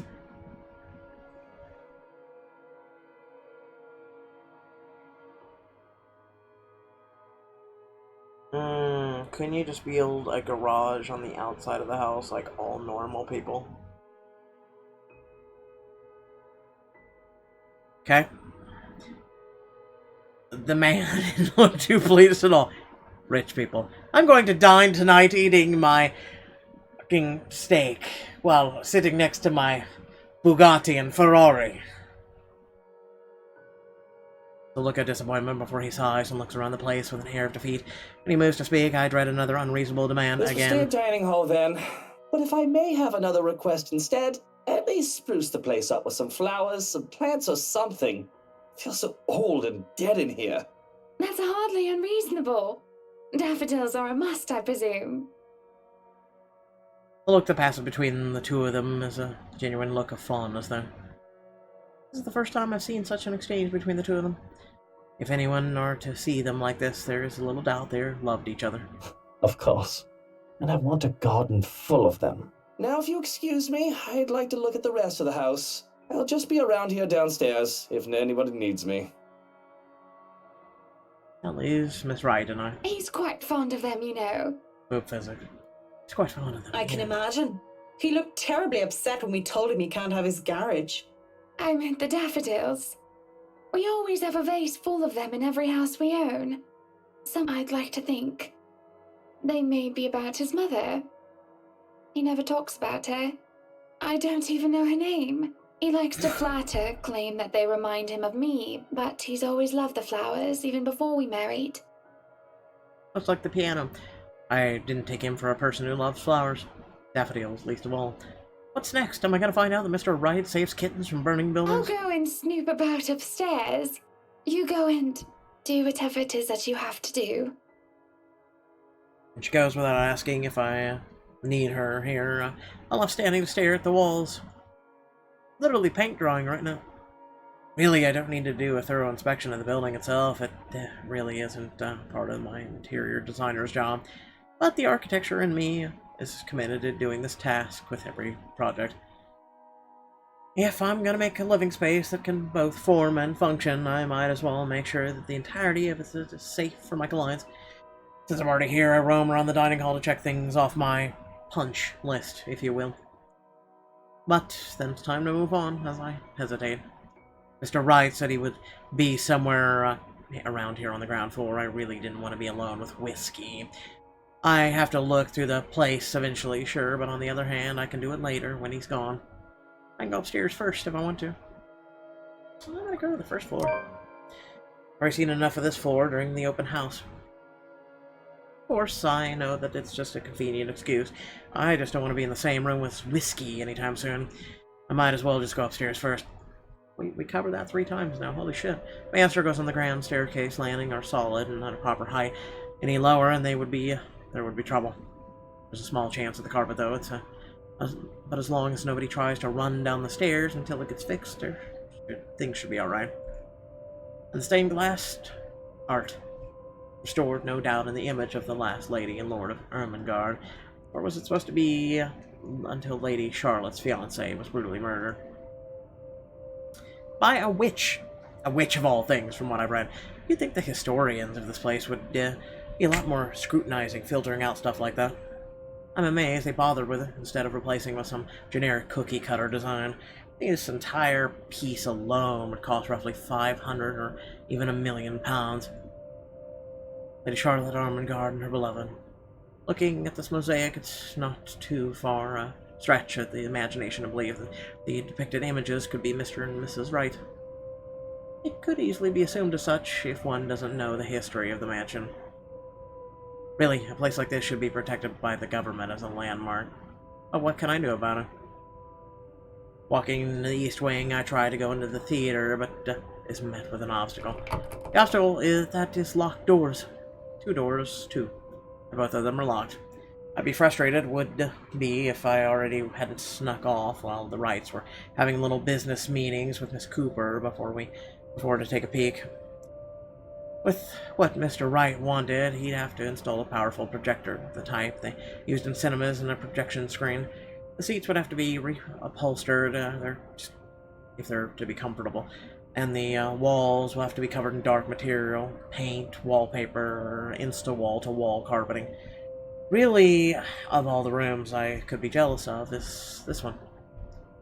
I could just picture myself in there, watching old kung fu flicks on a weekend-long marathon. Makes me wonder what kind of movies Miss Wright would like.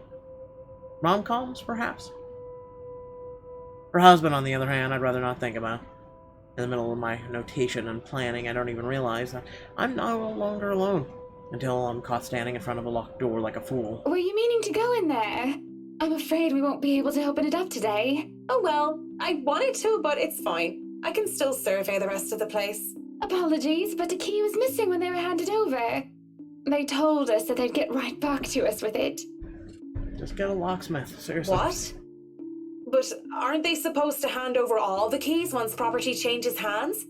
That can be grounds to file a complaint. They were already kind enough to let us move in so early. There's no need to raise a fuss about it.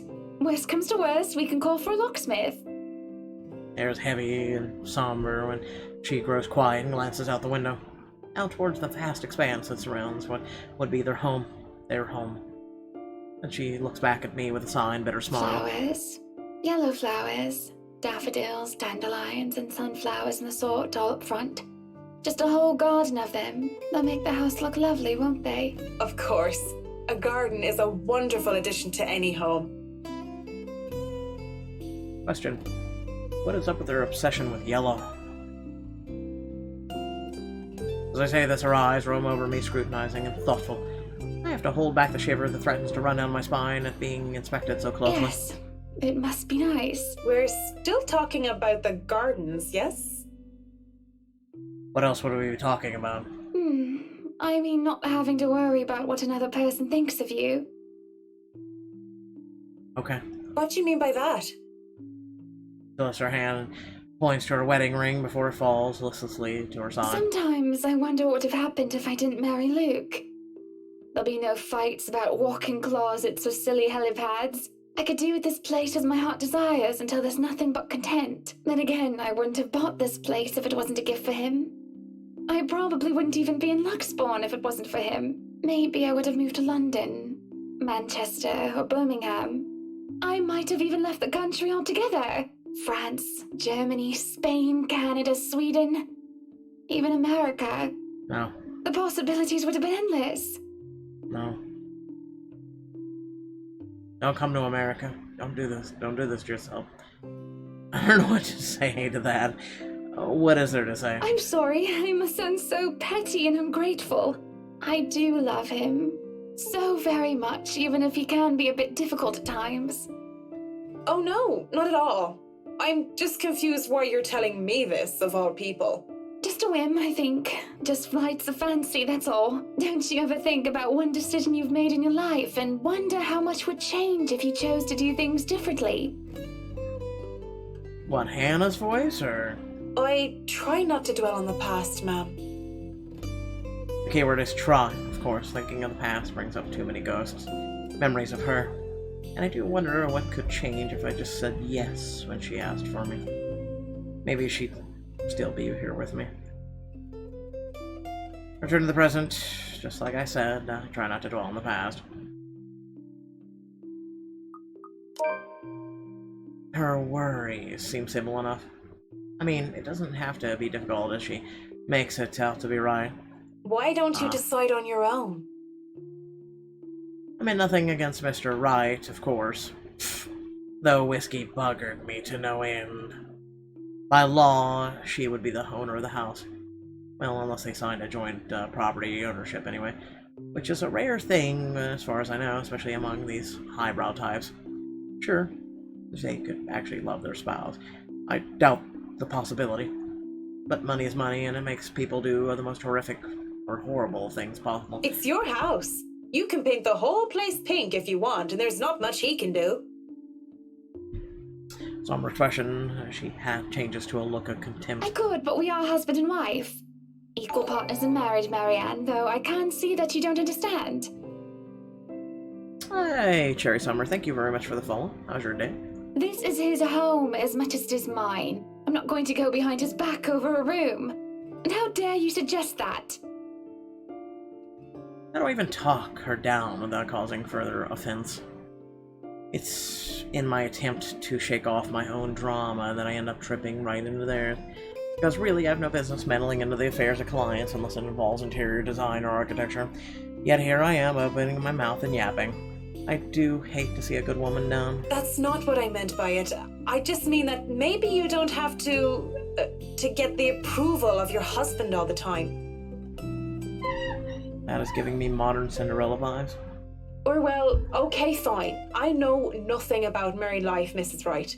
You're right about that. But I still think you're allowed your indulgences every now and then. Of course, my form of indulgence meant buying an old slate 78 RPM country records which I don't even dare use with my gramophone. For her, it could very well be buying an entire house. That's just my take on it. A perfect relationship is as rare as hen's teeth. You got what you got. I mean, you're doing well enough without my advice. Sure, look it. That looks to placate her somewhat.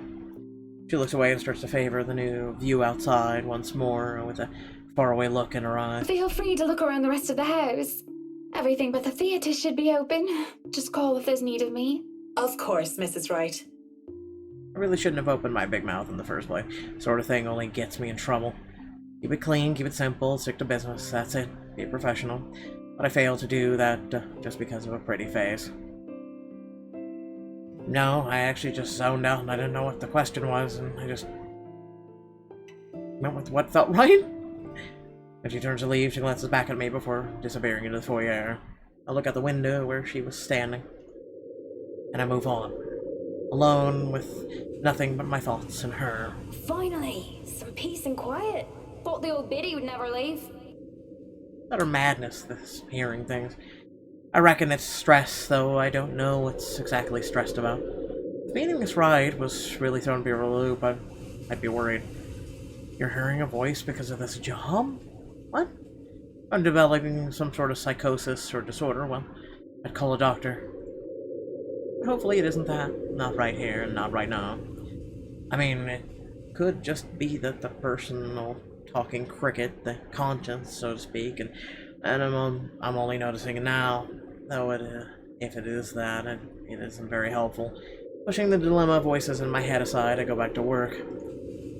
But I can barely make a few steps before everything tilts and shifts.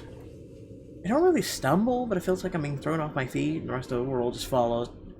Though my feet stay firmly on the ground, and even if I'm stay upright, I feel like I'm being heaved and put off balance. I have to close my eyes in the hope of willing the sudden sense of vertigo away, but when I open them...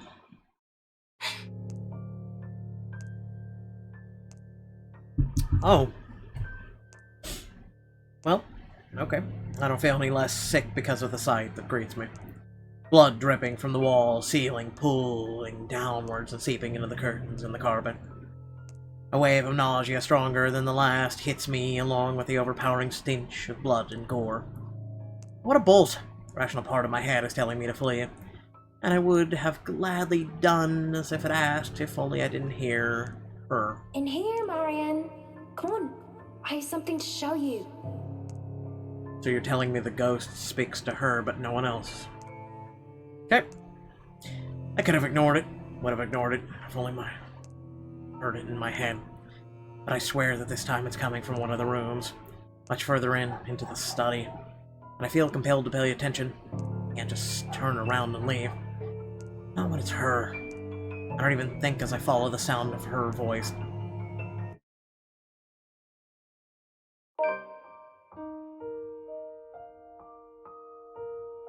Lorianne. Lovely Amanda Lorianne Lesserhoffian. It was my friend. The only one that I had at St. Samanthan's. I was a scholar of the charity case in a school of privileged and prestigious young girls. They all looked down at me if they cared to look at me or acknowledge my presence at all. All except her. Oh, stop your crying. You know better than to listen to Maeve. Why I ought to teach that butterface a lesson? Wait, no, lass!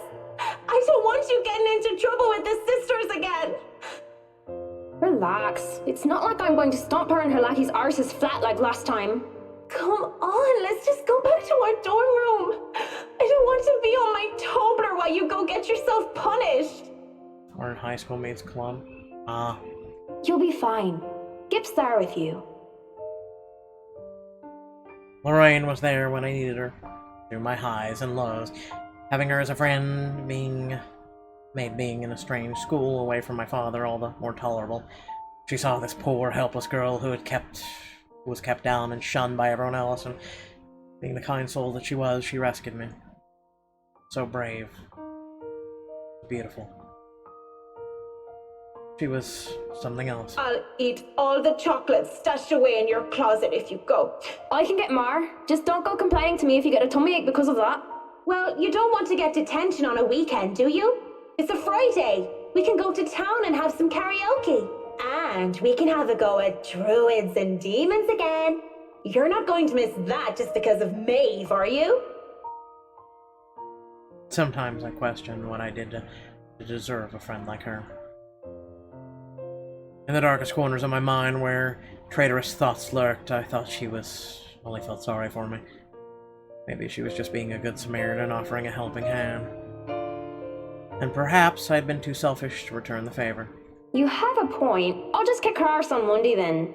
That's not what I mean! I know what you mean, Em. Wait, where are you going? You just told me you wouldn't cause trouble. I still have something to do. Don't worry, it's not like I'm going to burn down her dorm room or something criminal like that.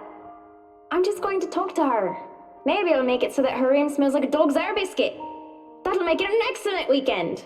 I'll see you in a bit, Marianne. Lots of tumblers. Because when she told me that she loved me, I couldn't admit that I felt the same way. Not to her, and not even to myself. It was wrong. I was taught that way. Husband and wife, one man, one woman. Unclean and pure. I prayed for her and I, our sins and salvation. I wanted to apologize for disregarding her feelings so callously, but it must have been like a slap to her face. But life had gotten in the way. Exams, which were trivial in the hindsight now, took top priority. To keep my grades up and to keep my scholarship for father. I told myself I would apologize to her when those were over. That I needed to focus first and not let anything distract me. It'd have been easy when she avoided me like the plague. She was upset, I get it.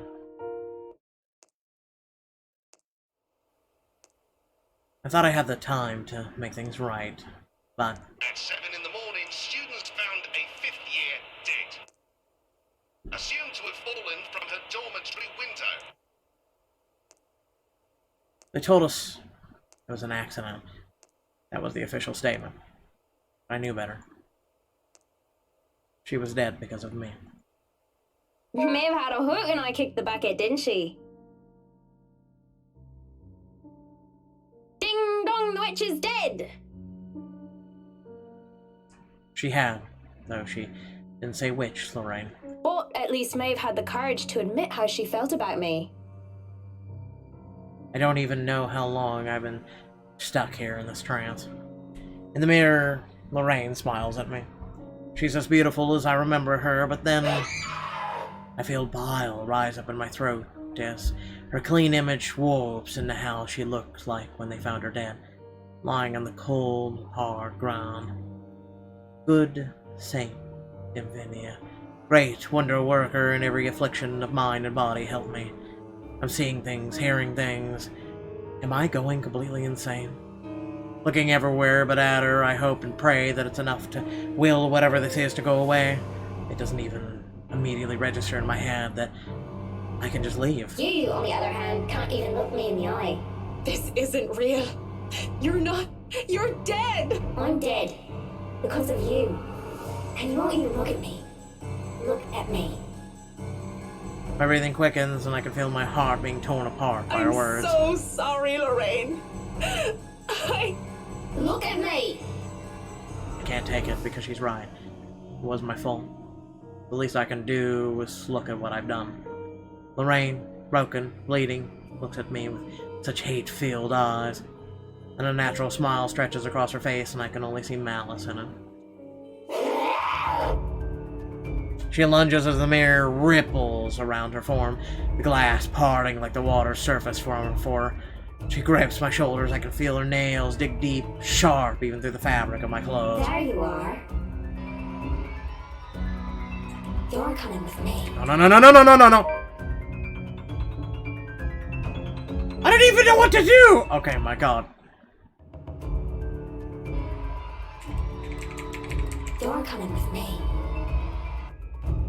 This is a first.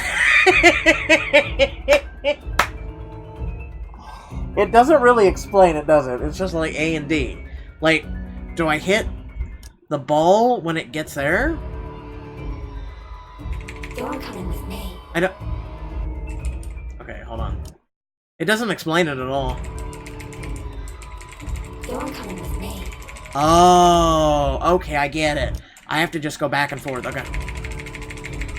Why won't you love me? Okay, I get it now. It just doesn't explain it at all. Apologies spill through my lips as tears cloud my vision, but I won't give in to the madness. With every bit of strength I have left, I struggle to get away from her. Fear grips and threatens to choke me.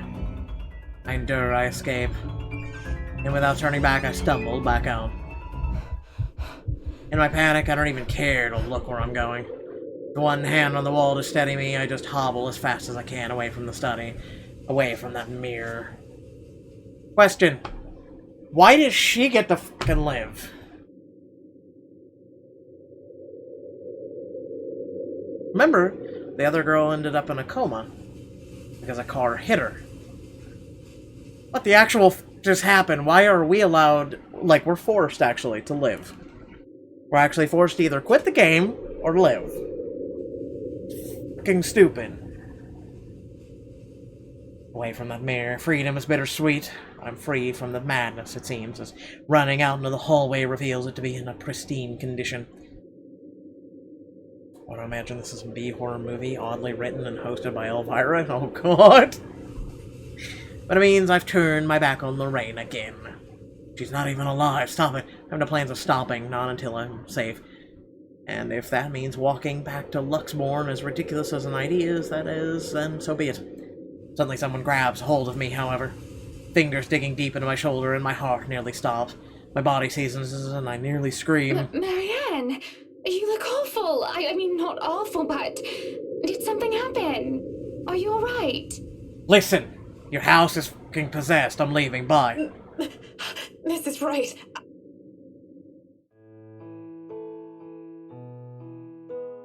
Plot!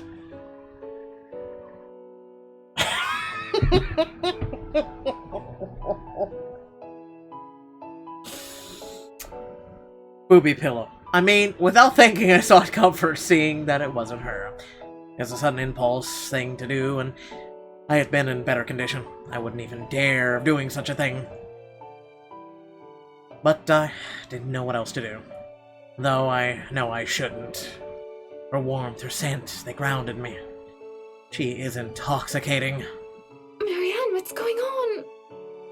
Listen, where's the nearest bedroom? Oh, you're shaking like a leaf. Tremors run through my body as soon as my mind realized I am no longer in danger. Wanted to cry, scream for about what I'd seen, but like a scared child, I couldn't control myself. My mind couldn't reconcile what I had just seen. I should just write it off as a figment of my imagination, and yet I can still feel her nails cutting into my skin. Are you sick? Should I call for a doctor? I'm sorry, Mrs. Wright. Just feeling a little woozy and lightheaded is all. Let's get you somewhere to sit down then. But I'm fine in these pillows. Come on, don't worry. I have you. A lie. But a whole lot less complicated than telling her I was attacked by a dead girl. The feeling of fear eases off. I feel nothing but shame for my actions. I quickly back away as I clear my throat and nod my I think thanks. I've had enough looking around. If it's all right with you and Mr. Wright, I'll meet you outside. If you're sure, I'll have the car started. You know, I know Rule 34 applies to this. There's probably someone who had just did some fan service for this. Do you need assistance heading downstairs? I'm all right, ma'am. Just go on ahead and I'll be right there. It seems to placate her worries, though only for a brief second. Before she heads down, I don't miss the concerned glance she shoots my way, hidden quickly under another smile. I have to make an obvious joke. I think they'll become best friends. But, I won't begrudge her for it. That worry. The look on my face must have been strange enough, sighed on its own. Even I am still reeling from it, from whatever that was. Her voice still whispers in my ears. After all these years, she's still... No, Marianne. Shaking my head of the thoughts, I drag in a breath and follow shortly after Miss Wright. Whatever has happened in the past, it's long gone, only memories now, and those are things I can no longer bring back. It's already dark as we make our way out of the mansion. Not a creepy house at all. With no lights, we are only illuminated by the headlamps of the Wright's car and the stars above us. The sight of them helps me compose myself much more than several minutes of being alone in. The car's engine is running, yet the two still stand on the lawn. Miss Wright is busy, eyes up at the stars, and Mr. Wright's arms crossed and his eyes down on the ground. It is the crunch of the grass underneath my heels that brings her attention to me. About time, what took you so long? I didn't give you permission to talk to me. A minute longer and I'd think the house swallowed you all up. Oh, hush, dear. I'm sure she has her reasons.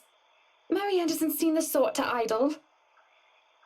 Sorry, I was just checking on something important. See, business is business and they take time, love. You should know that better than anyone. So, Marianne, what do you think? Are you the woman for the job? I know we already signed papers hiring you, but I want to be 100% sure that you are committed. I glanced back towards the mansion, knowing what I had seen there, or rather, who I thought I saw there, because there is just no way. Not to mention how I acted towards Miss Wright, for goodness sake. I should feel the slight bit hesitation. I was lucky. I have seen films to know what happens when a promiscuous woman enters a haunted house. I've just seen films with promiscuous women, but continue. It's my chance to turn it down, make an excuse, say that I'm not up to the task, that I need to take care of my old, sick father. Just pay the fine, which is probably outrageous for the contract like this, and let it go. I should just turn it down. But for some obstinate reason, I can't. In the same manner, I haven't let go of her, of the regret that shadowed me since that day. Much as I hate to admit it even to myself, seeing her again, the mischievous glint in her eyes, the loose tendrils of her hair curled around my forehead. It's something I've terribly missed, and now that it's here, almost within arm's reach, my father would tell me sometimes you just simply have to go through with it. Consequences be damned. So clearly we're going to be, what do ladies do? They're into one another. I don't know. And well, I really don't have any logical reason to say no. The 5 alarm bells ringing should right now tell you no, but alright. It's not something a client like the Wrights would want to hear from a professional designer. It's certainly an interesting project. You can be sure I'm seeing it through the end. Such dedication! Oh, I do love the determination. Listen, she just wants to smell you again and place her lips on your neck. Trust me, I've been in her head. You were always determined like that, weren't you? Shit! Hearing her voice again again sends a chill running down my back. I can't wait for this day to be over. And yet you want to come back here. From the mansion and through Anselm, I rode with them in silence. But as soon as we hit the city proper, I asked to be dropped off and bid them goodnight. I thought it'd be best if I didn't stay too long. I'm in confined spaces with either Mr. or Mrs. Wright. Both seemed to cause me serious trouble, and if the project had been any less interesting or grand, I would have dropped it without a second thought. Would've, should've, shouldn't have, wouldn't. I assure them that my place isn't far off, and I just have to fight off the urge to roll my eyes and groan when Whiskey throws me a little smirk. But even in my own home, peace is elusive as is sleep. I lie awake thinking of what I saw in that mansion, of who I saw. And if I so much as hear a single whisper from her, if I so much as see a wisp of her hair, what, you'll fap? Seriously, I'm afraid I'll go mad, and none of that happens. And it makes me feel hollow. For 2 nights, I've had trouble sleeping. But it's only one morning when fatigue has already let me rest, and then I'm reminded of what terrifies me so. They would have scissored. I mean, I was thinking there was another word, kind of like there was spooning and all this other shit. In my restless dreams, I see that mirror, the one in the study, and in it I see her. I see them.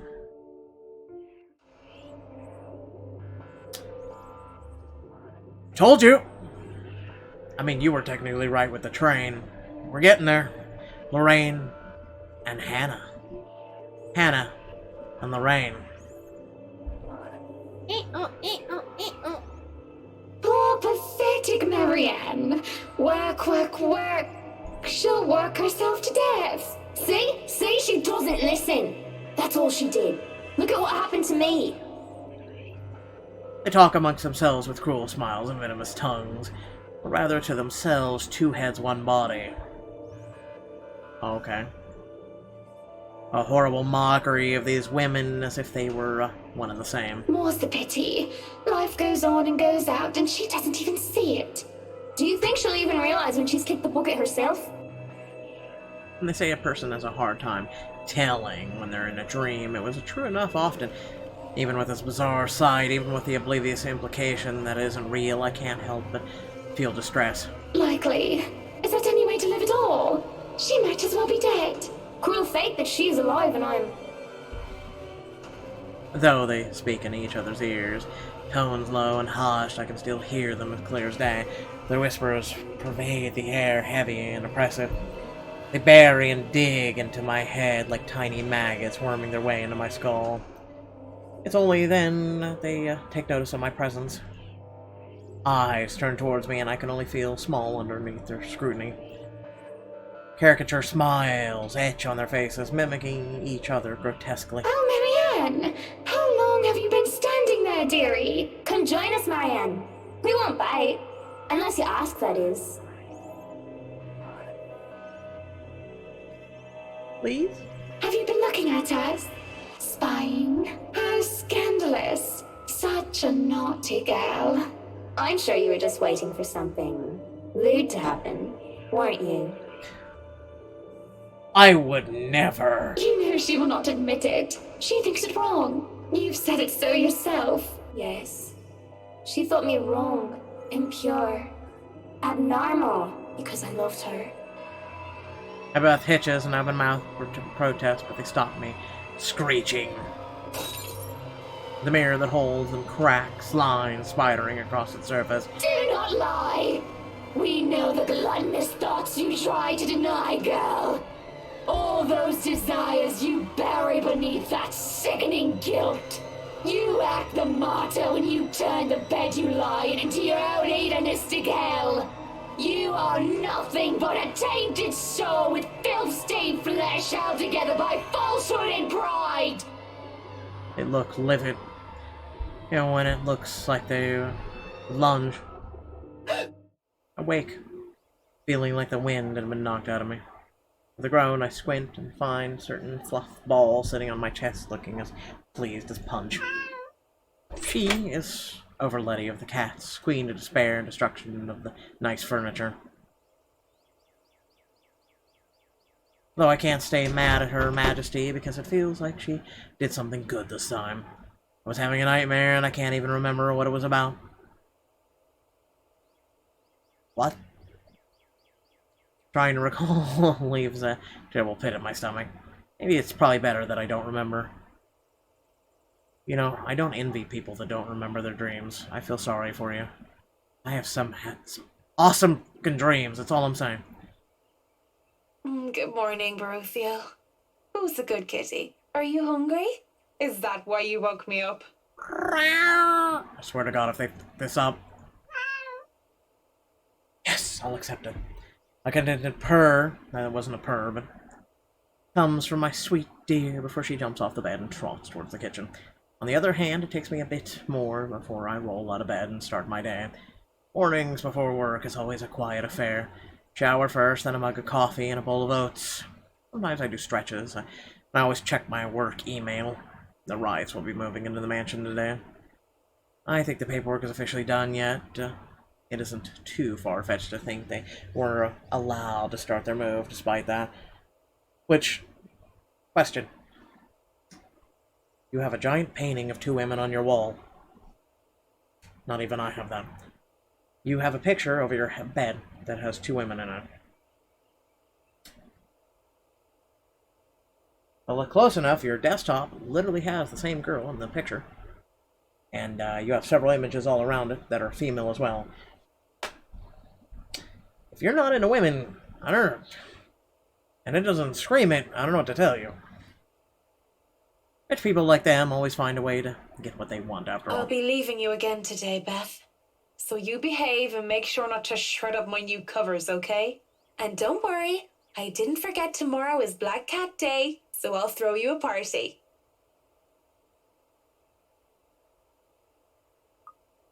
Wait. What day is it?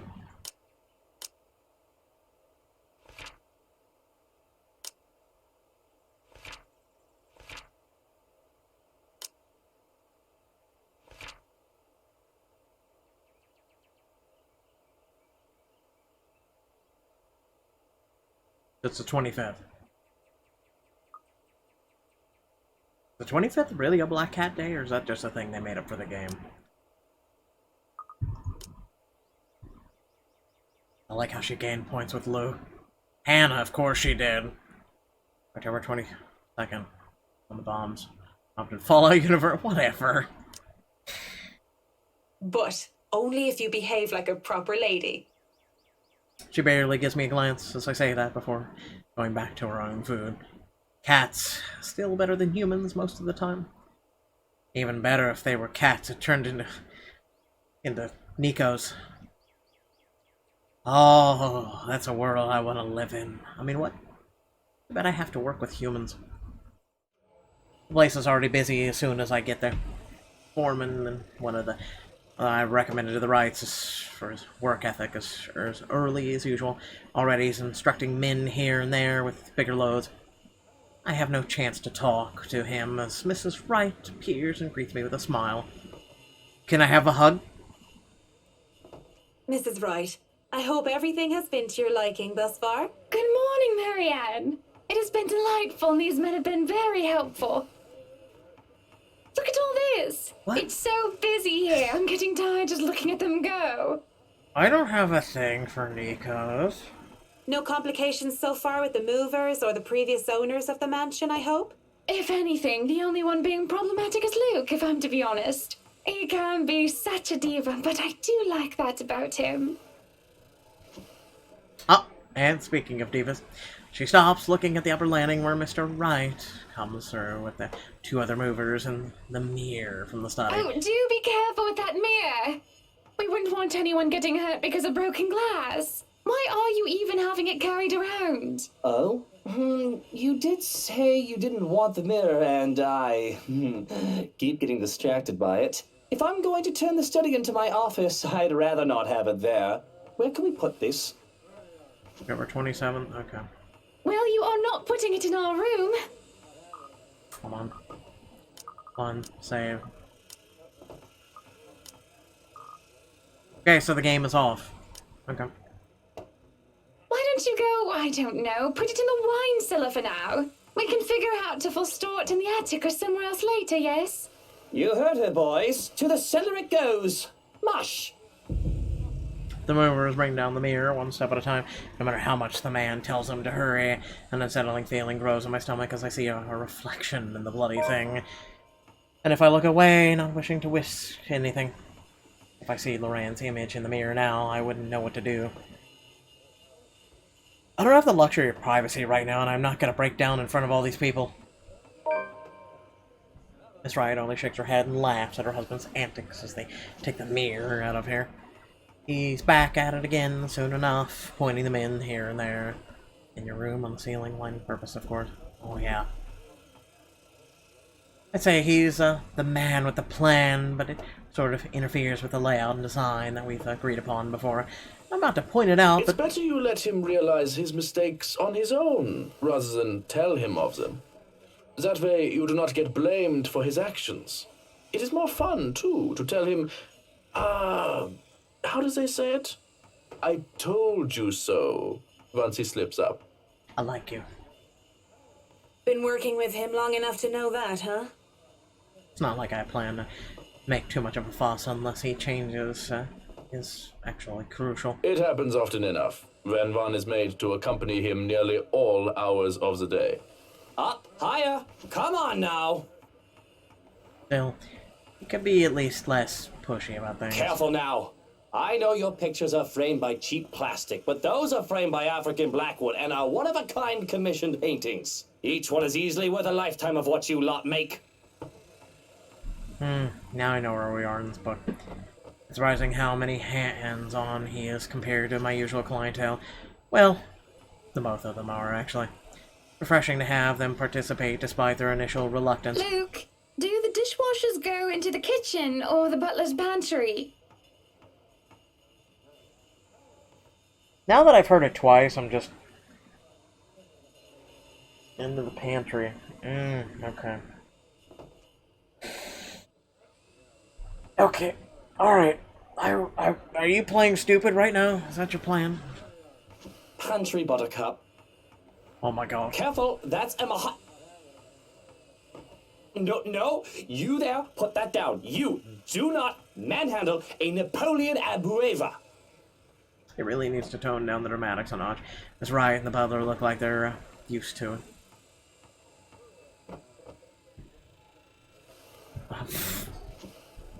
But the rest of us, well... Sweetie, why don't we go and sort your suits upstairs? Let your Hans and Marianne and the foreman deal with the rest of the work. We have this, Mrs. Wright. Yes, please do go before a blood vessel bursts. Bloodstains are so troublesome to clean. In this original scene, he was over there, she was over here. Okay, didn't get that right. I know I'm nitpicking at the moment, but still. There's an obvious sense of relief as Mr. Wright is dragged out of the room, leaving the movers to do their work in peace. Some grumbling even comes from some of the younger workers. It's a good thing that the family butler isn't some blindly loyal tool to his boss, or there would be trouble with Mr. Wright. He is such a bratwurst. Whiny baby who never got enough hugs from his mutter. Mutter. Probably lost in translation, and not that I'm condoning talking about someone else behind their back, but I think you meant to call Mr. Wright a horrible brat. Well, here's that too. There are a lot of things I can call him, but I mean to say that he is a big weenie. A childish name for a childish person. Like a child, he whines when he doesn't get what he wants, and he breaks the toys that he has. It gets a laugh from me, as well as a few of the movers who linger near. He and I carry boxes instructing the movers where they should be, and generally taking over Mr. Wright's work. It goes off without a hitch, and the man is helpful, efficient, and capable with physical labor, despite his clean-cut appearance. A gentleman to boot, taking boxes from me when he sees me struggling with them. Speaking of boxes... Hey, one of the boxes for the kitchen is missing. Oh, you seem to be holding it in front of you. What's that? It's a dick in the box. Has anyone seen it? The one with the pots and the knives. The Bratwurst had it brought upstairs, thinking it was for the attic. You took a box of knives up to the attic. So you just gave the enemy in this whole entire game weapons. Oh, joy! Why would he... Oh, never mind. I'll go get it. Okay, you're fucking dead. Well, let's just discount her from the game. I even bring a box of pots and knives to the attic. There's probably no point in making sense of what he does if he does them just because he can. At least it turns out that I don't have to make it all the way up to the attic. The mover, probably on Mr. Wright's orders, left the box on the stairs. At least it's not that heavy. Imagine I'll hoist it up without too much effort. But the time it takes for me to do that is long enough for me to overhear an odd conversation I could never in my life imagine coming from a couple like the Rise. Oh, if you're not careful, I might go a bit loopy and I'll start bringing cats home.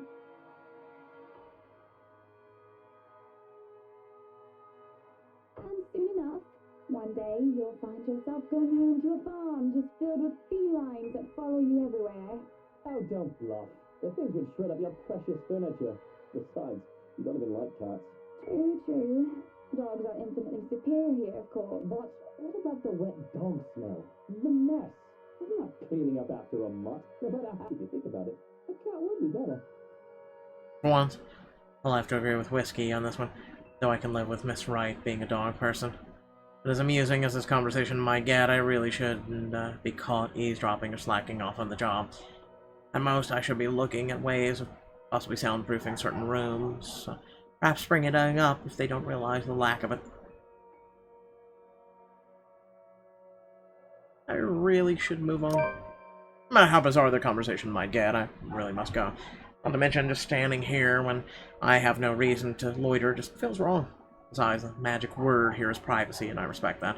Keeping it in mind, I won't have a guilty conscience filled to the brim with the secrets of the rich and famous in my hands. However, if you walk past someone's house and you hear moaning, you must, and I tell you this with all love in my heart, you must scream to the top of your lungs, "Finish her!" I'm just saying.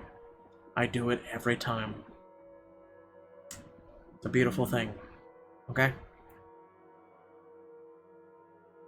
I take the stairs 2 steps at a time. If I wasn't in danger of getting stabbed by my baggage, and if no one else was in the foyer. But Johannes takes the box from me, I only give him a small smile. There's no reason to gossip about the peculiar conversation of my employers. Probably heard much odder things from them, and doesn't seem to be a cat or dog person either. As soon as I follow him into the kitchen, he raises a hand to stop me. Nine, I know you are very skilled in architect, and I have seen your work. But this shall be my kitchen, and I shall fix it according to my wishes. Yeah? Kind of weird. Anyone would think that pots and knives are supposed to go anywhere but the kitchen, huh? I assume he's gotten them confused. It wouldn't be the first time. Hold the thought. The dog just keeps fucking barking and won't stop, so give me just a moment. Be right back. I have a cold, cruel, calculating when I hear things like that, because it's usually when I want quiet. I yell at the top of my lungs. You know she's pregnant, right?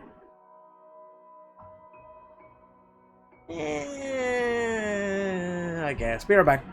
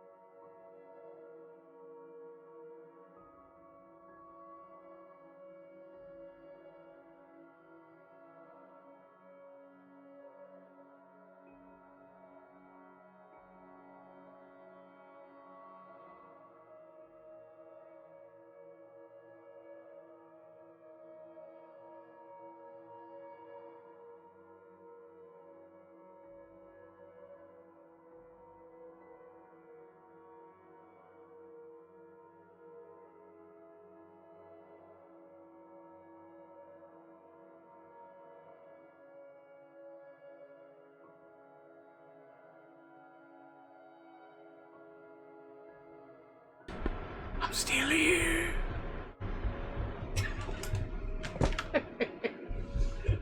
Hold on one more second.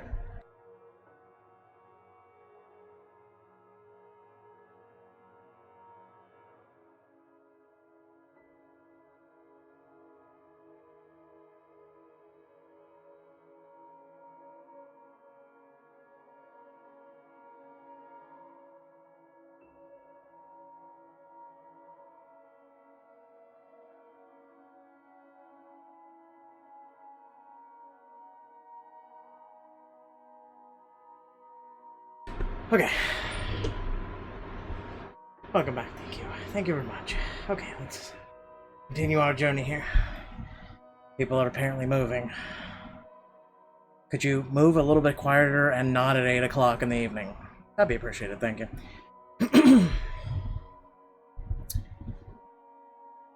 Confused? How does that even work? I understand covers, carpets, or even curtains getting mixed up.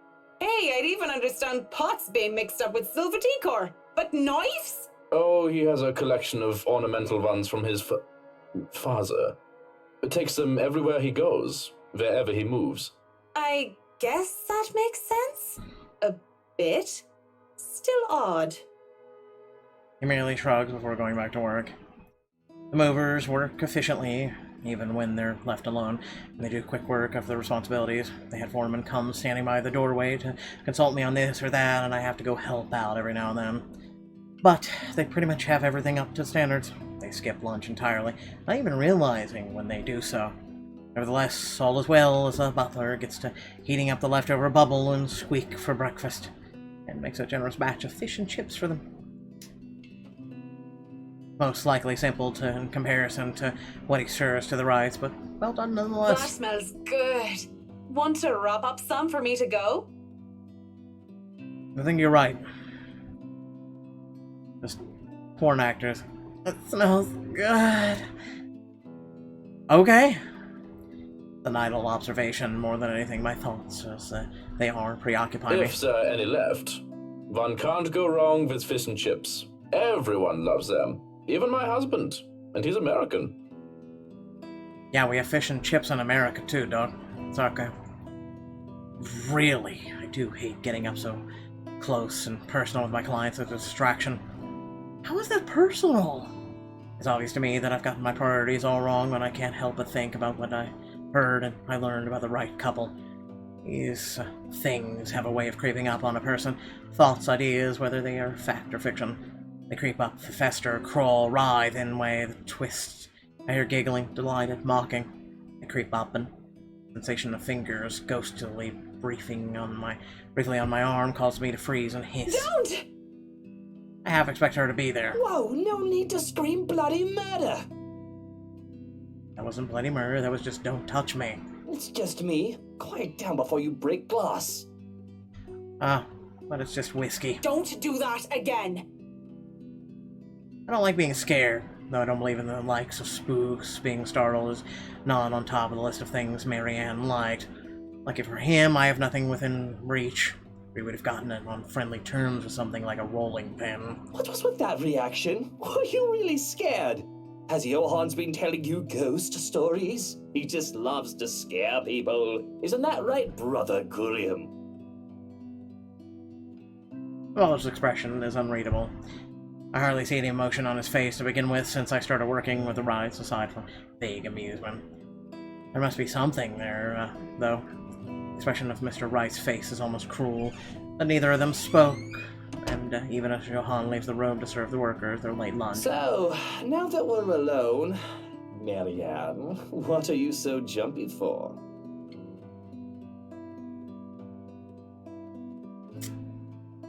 I'm gonna leave now. I don't want to be in the same room with you.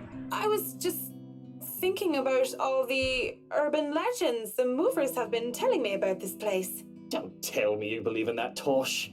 They're nothing but tales made up to scare children.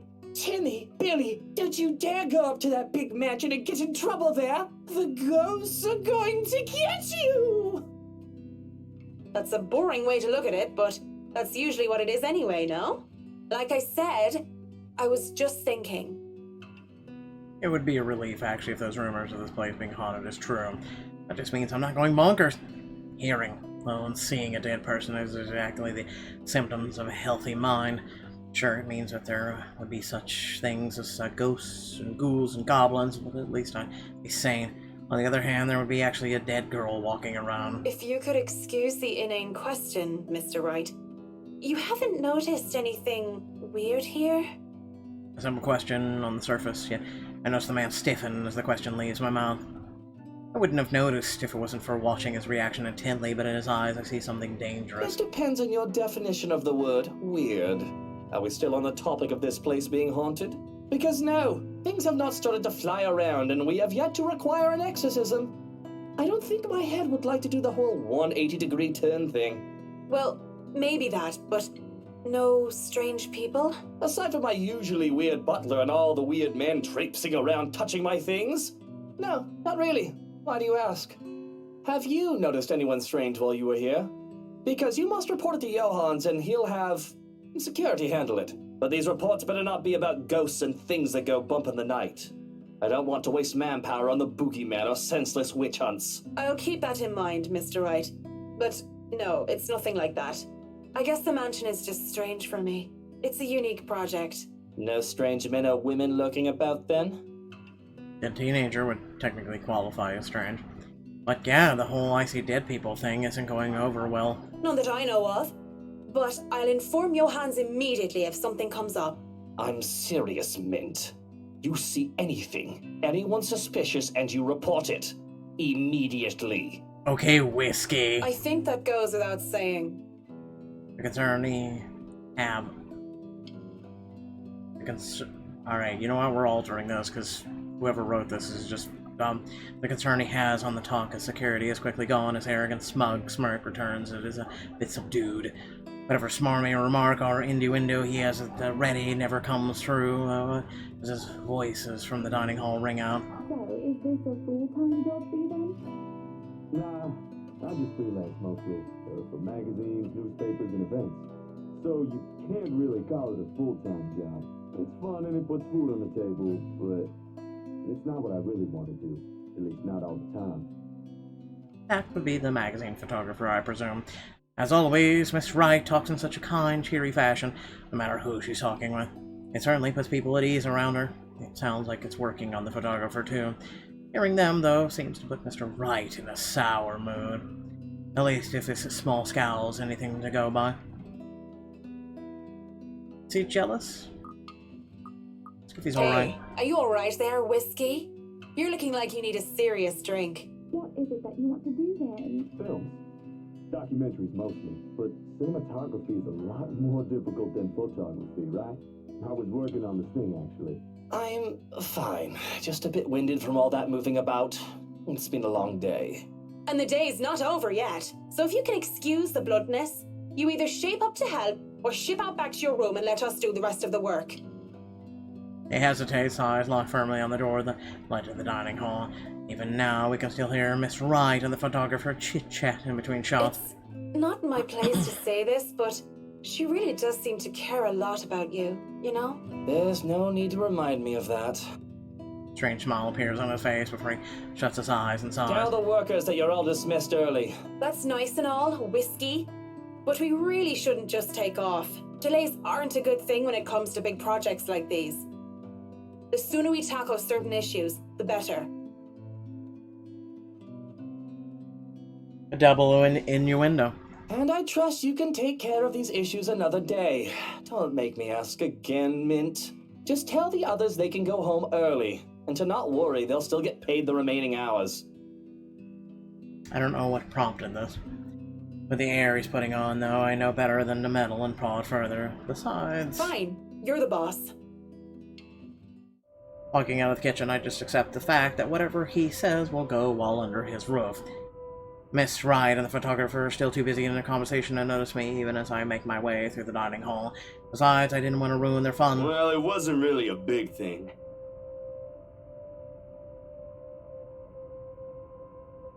Yep. Foreign actors. People didn't like Blue Fonzie very much. People don't like a film about colours. I suppose they would have liked Blue Bibby a lot more. And the foyer has me stumble upon a family butler once more, raises a brow at my presence. And where are you off to in a hurry, Miss McCulloch? The foreman is looking for you. The Bratwurst wants us off the clock. He's dismissing us early because of... Oh, I don't know. He just wants us out of here. I'll go and call a cab for you then. It would be for the best that you leave when he asks you to. I don't doubt it. A ride back to the city doesn't take too long to get there. Granted, there were some difficulties at first because the driver didn't know where the Ermengarde Mansion is. He tried to have us hand over GPS coordinates from our smartphones or some other techno-babble I didn't care about, and the butler didn't understand. But as soon as we told him that it's a haunted mansion over in Ansel Village, he knew just the place. Finally, headed over, and albeit with some hesitation. All the way back to the city, the driver keeps complaining about a place giving him the willies. It gives me the willies too. I would have loved to snap at him.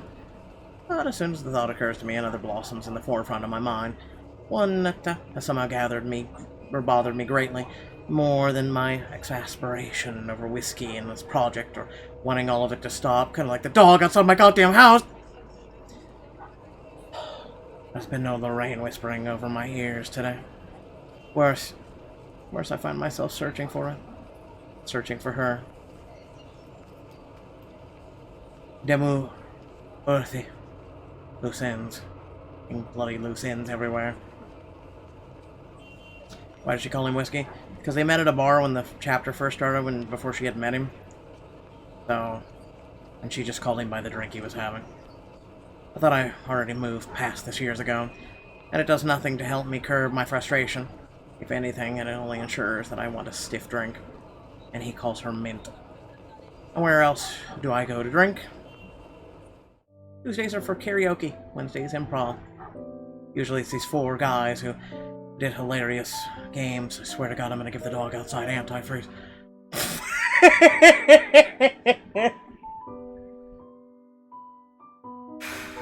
I mean, I could be like a Lennon-y, literally grab a cat and spray, alcohol in its face and mouth, but hey. The one with Irish drinking songs are always a crowd favorite. Though I love a good laugh, stand-up comedy isn't my thing, and without Cam and Karuna or any other distractions, I end up drinking a lot more than this time. And when there are several bottles of beer in me, I get really, really embarrassing. Hey! G! Psst! G, come over here! This is why I don't drink. I need you for something! It's a good thing that the bartender's a nice fellow. I'd probably have been kicked out of the place by now or worse. If push comes to shove, all he has to do is give me an easy smile and a shake of the head. Even then, he's attending to other customers. Just like now. Give me a moment, will ya? I gotta go check on her. He's some Asian guy? I'm pretty sure I've seen him here before a couple times, although he never talks to anyone except G. The girls used to be all over him too, but he always turned them away. I'll be here. You go do that before she falls over. Wow. Asian Joe. What? I'll be here, okay. All right. What is it? Wow. So you're a chief inspector and a bartender, and you have the same voice and face. Oh, Lord. Do you need someone to help you get home? Bartender, pour the wine! I think that's enough alcohol for you, little missy. I'm cutting you off. Mm-hmm. A whine comes from the back of my throat as he pulls my bottle away. I have no hope of getting them back, and once they're behind the counter, even in my drunken mind, I don't dare hop over it for them. Because what little sense I have left knows I'd sooner take a floor dive than succeed in wresting a bottle from a sober man. But that doesn't stop me from trying to reach out with my arms like a stupid idiot anyway. He smiles and shakes his head just like I know he would, before going back to the other guy. Right now, where were we? How you holding up, boy? You people all seem to need cough drops. I'm serious. Do you need a Halls? Okay, it's dust off and get up. Little tip for you. With no drink and no one to really chat with, I would have gone home or gone to sleep on the bar right then and there. But I'm not ready to stand up and try and trek back home just yet. Same old, same old. I'm still on the Luxborn firm case. Those blokes they talk about being in dark suits, whisking people into the night or some shit and all that. Didn't the media call it some ridiculous name in the morning news? What is it this time? Wait, don't answer that. They've called it a lot of things. As long as people don't start running around claiming they're the Illuminati. So, what have you got for me this time, G? Anything good? Slow down there. You haven't even told me what sort of deal in Dosh we got. Who are you looking into this time? The talk would have interested me, would have kept my attention, gave a damn. But in my current state, I can barely give two fucks about the things going on around me. All these words are buzzing, barely surfacing from the sea of sounds, and that is the pub. And it would have stayed that way, perhaps even drowned, if it didn't hear his name. Luke Wright. You know the guy. Illuminati And don't pretend like you don't, G. It takes a special kind of ignorant not to know who he is. That smug blonde who likes throwing round his money. He was just here a few days ago, as a matter of fact. Great tipper, if you think him just dumping a wad of cash on the counter after having too much whiskey counts as tipping. Why are you asking? He dirty? You have no idea, G. He's probably the worst sort you can imagine. Luke, King Ride, King Whiskey. Even without him around, I'm hearing about the guy. What an absolute fuck! Despite this, I find myself getting up and sauntering over to join them before I pipe up. Is this smart talk about Luke fucking Wright I'm hearing, eh? Private conversation here, lady. Listen, Asian Joe. There's only amusement on G's face. The Asian guy, he starts to look ticked off as hell. Don't worry, Holmes, she's clean. And she might be able to help you with your, predicament. Course. A drunk's just stumbled through here with what I need. Get real, G. No offense, lady, but you're smashed. I know, right? Nothing beats being drunk after a hard day's work, especially when you're working for Mr. Luke Wright. So, she works for the guy? Doesn't that make her, I don't know, suspect? See, have a little faith in me, why don't ya?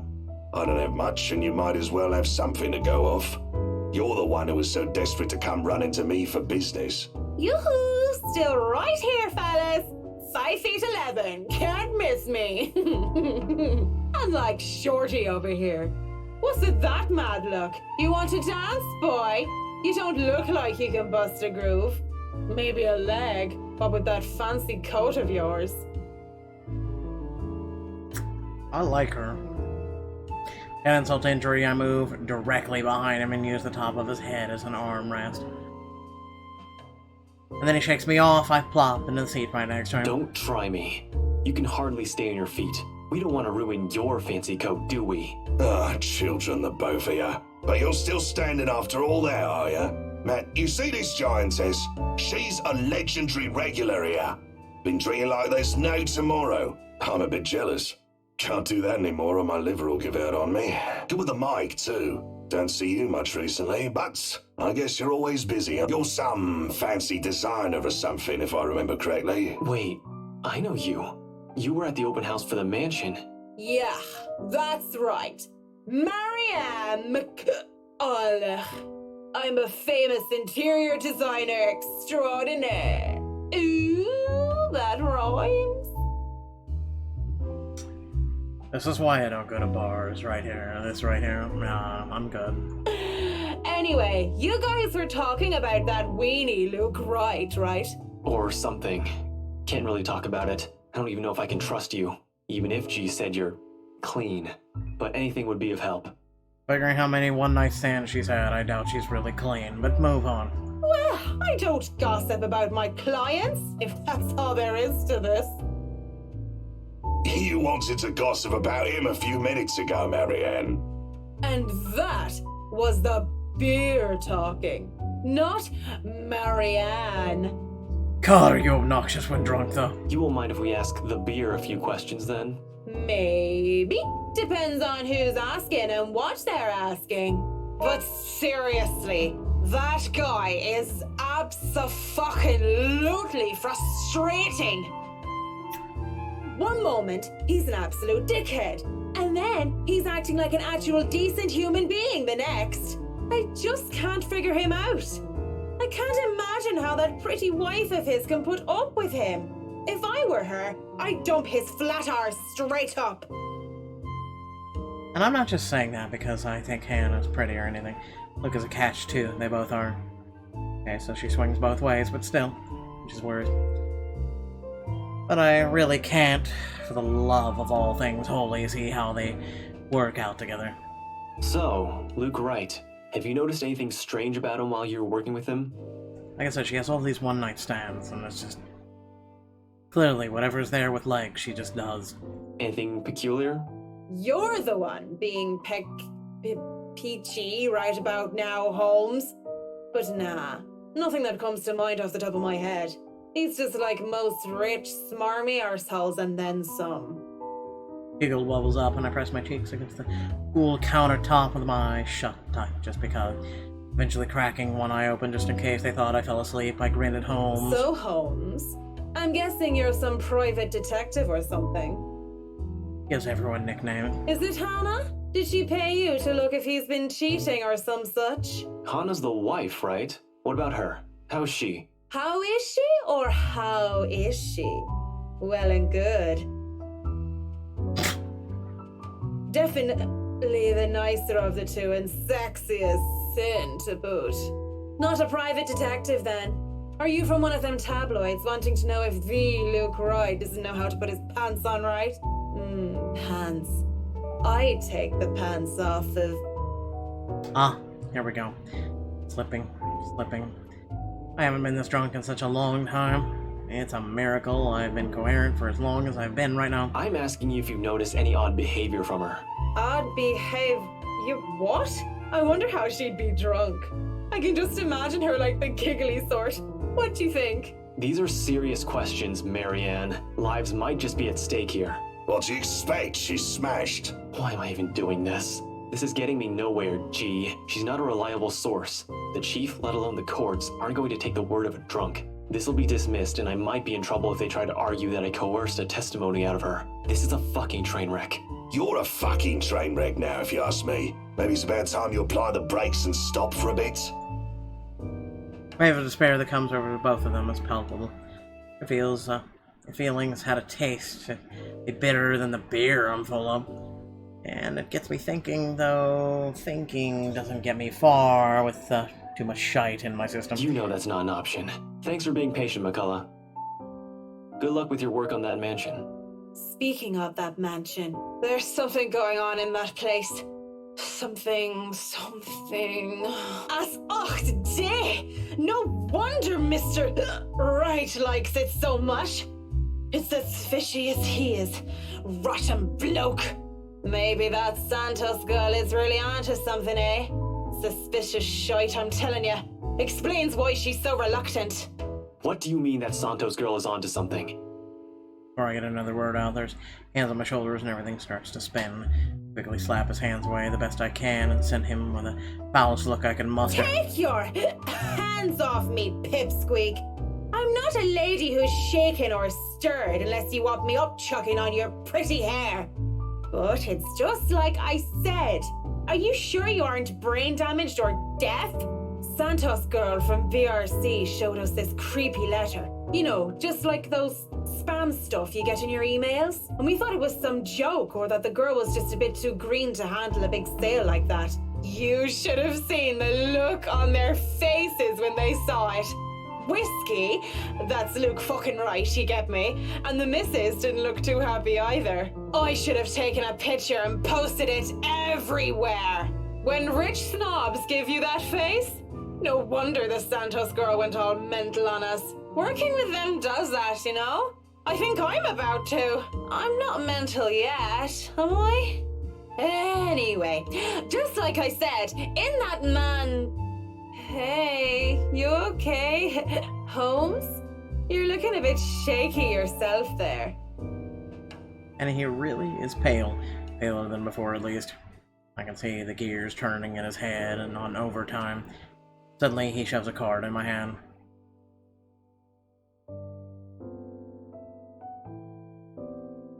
On it, his name matched in Frey and his number. He has second thoughts as he grabs it from me and slips it into my pocket. You're cute, pretty boy. But I prefer blondies. Well, you're not exactly my type either, lady. But listen to me. If something comes up, Don't do anything rash. If you think you're in danger or if you see anything suspicious, call me and the authorities as soon as possible. You understand me? That's 99... I know what the damn emergency number is. Right, 999. Anyway, I have to run. See you, G. Guy's cooking on his feet and already up and at him. There's a number leaves his lips, watching him as he maneuvers. That is not how you smell maneuvers! Through the crowd of other pub-goers is enough to tire me out. Fast as he can, he's at the door and throws us a smile. That's all we get before he's gone. Just like that. Oi, what about your drink, boy? I'm gonna put it on your tab then. Holmes boy always like that, G? Pretty much. But what about you? I suppose I put your drinks on your tab too. Don't want you to spill your wallets when you look like you're close to spilling yourself. Yeah, and if it's fine by you, I think I'll go take a bit of a cat nap here. Just for a sec or two. Go right ahead. I'll wake you when I close up shop. Swimming in cocktails. Bumbling a sleepy thanks, I doze off on the spot, face pressed on the counter. Already I dread the pain I'll have for sleeping in such a position. But then you gotta go. You gotta go. Oh. Hi, again, ladies. Oh, Marianne! How long have you been standing there, dearie? Come join us, Marianne. We won't bite, unless you ask, that is. Not that I can get much sleep to begin with.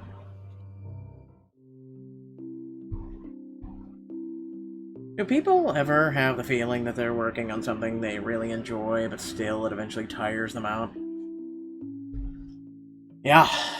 'Cause honestly, I've been feeling like that. You have certainly exceeded expectations, Marianne. Everything looks so marvelous, and in such a short time, too. How do people just stand there this casual like this? No, stop it. To remember moments like these, or make all the hard work worth it. Definitely. Well, I can't take all the credit. People have certainly been enthusiastic about the idea of working on the Wright mansion. There won't be any more problems unless Mr. Wright has any more objections about the second bedroom. Oh, no. We proceed with that room as planned. I already agreed to him having his greenhouse and his vineyard and his stables. He may as well let me have this one thing. We're only about halfway done, but the honest satisfaction of a client's face is enough for me to push through. Let's face it, in between my exasperation and Mr. Wright's antics and her, I've been burning the candles at both ends. I can't even close my eyes without seeing a dead girl's face. Dead girl. Dead. She's dead.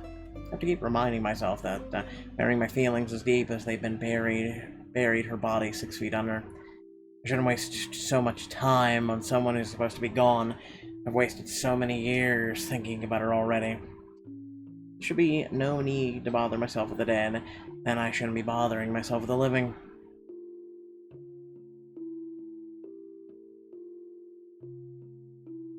Too bad. The living are usually complicated. Not more than the ghosts of the past. But don't you have a party? Yes. But Luke's just being a sweetie, you see. That friend he's visiting. He's having marital problems and he's just trying to cheer him up. It's even more complicated when the living is in question is a pair of rich and famous socialites way past their honeymoon phase. And I've been somehow roped into being relationship counselor. They've been married for a long time and they've hit how do they say it? A rough patch. His wife has a drinking problem and can be very neglectful. The poor thing really does his best to be a good husband, but it's never enough for her. Sometimes I think it's the years. Maybe it's been so long that they've lost that romantic spark. What do you think? If I'm going to be completely honest, I need to ask. This is about you and Mr. Wright, isn't it? Suppose it is. What would you tell me? Then, I tell you it's none of my business. I tell you that I don't want to meddle, but if the troubled husband with the neglectful wife asked me for my honest opinion, I'd say that he shouldn't base his happiness and his self-worth on someone else. Maybe he should try being independent for a while. See what it's like when he isn't trying to please someone else and doing things for himself. Everyone's supposed to be their own man or woman, right? A bit of breathing room never hurt anyone. We shouldn't let our fear control our lives. Why she thinks a single woman like me would be the best source of relationship advice is beyond me. Still, I talk and answer to the best of my abilities. Without realizing it, I'm already pouring out a part of me that I thought were long gone. I'd like to believe my words will be some help to Miss Wright. But if I'm being honest, though, there are some help to me, like some weight has been taken off my shoulders. Lorraine. I really should handle what's left of the work. You won't be attending the party? Oh, you really must, Marianne. Wait, if what happened to her hasn't left me yet, did it? Maybe. I'll try to stay in chat. Maybe grab a few bites and a drink, but I can't be around for the entirety of the event. My apologies. Busy, busy, busy. You must stay a while. I'd love for you to meet some of my friends, and they're ever so excited to meet you. You need to say hello to the Lees, at least. If it wasn't for them, I'd never even heard of you. Maybe it's about time I changed. We'll see. So, if I can be excused? Certainly. You'll have to excuse me as well. I must attend to the party before any early birds arrive, because, believe me, they will throw a fuss if things aren't ready, even when they're not supposed to be here until an hour later. Though I shouldn't dwell on the dead, I shouldn't just callously forget about them too. Saying that I have work left to do is just an easy enough excuse to make. I know how other people see me. They see someone so obsessed with their craft that they would easily miss things like party for it. Outside the parlor, people hurry about here and there in preparation of the Wright's grand housewarming party. None spare me a glance as I slip past them, each working on their appointed roles and not daring to slack off while they work for what is probably the most powerful couple in Luxburn. I make it into the kitchen with ease, the wine cellar being my final destination. But when a great task is ever simple, I never. And this is a great task, isn't it? My greatest one yet that is worthy of being called a quest. I'm not acting as Marianne Collong, that professional interior designer, when I chose to lie about being too busy for a party. I'm Marianne Collong, a lawful neutral cleric with 9 points in wisdom and 8 in charisma. Just thinking of it like that makes it a bit cheesy. But it helps with the fear. It helps overcome the insane thought that I'm actively seeking out something that has been plaguing me for years. I might face my worst nightmare, I might be seeing nothing and find myself imagined a grand quest fall flat. And who would have thought that the gatekeeper to my final quest would be someone I thought would be a valuable ally? Schnell! Hurry up, you snails! We are on a deadline and you are wasting my time! The butler comes from the cellar and in the kitchen, tailed by a couple others, people who I assume are most likely chefs and bartenders.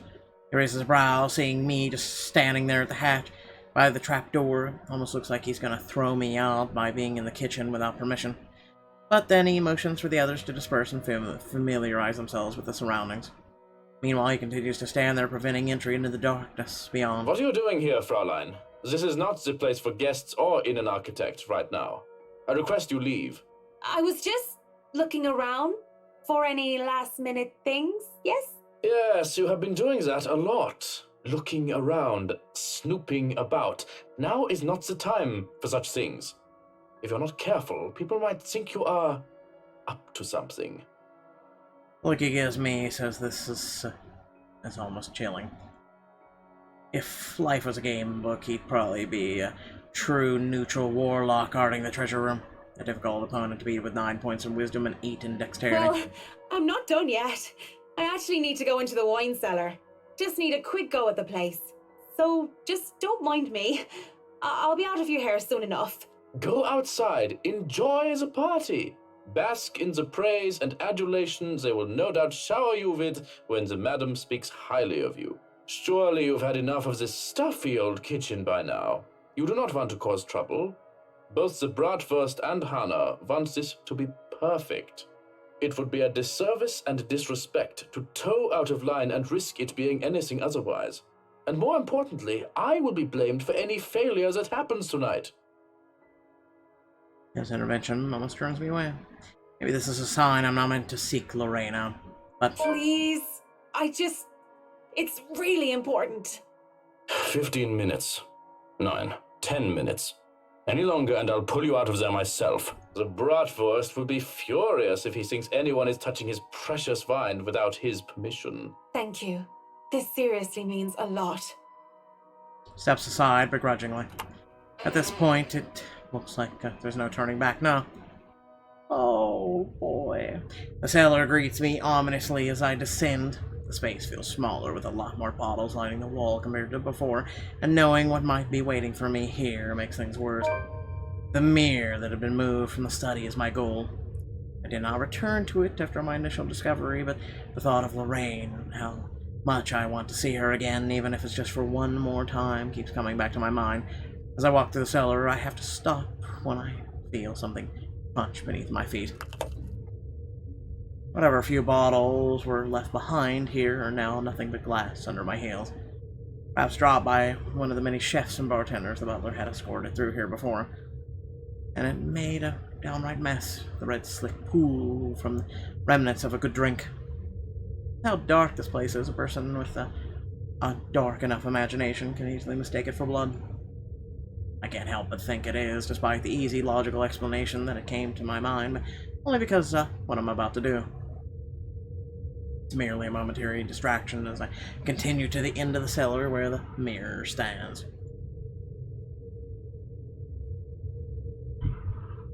Propped up on the far wall, it gleams innocently while pretending to be a simple and ordinary mirror.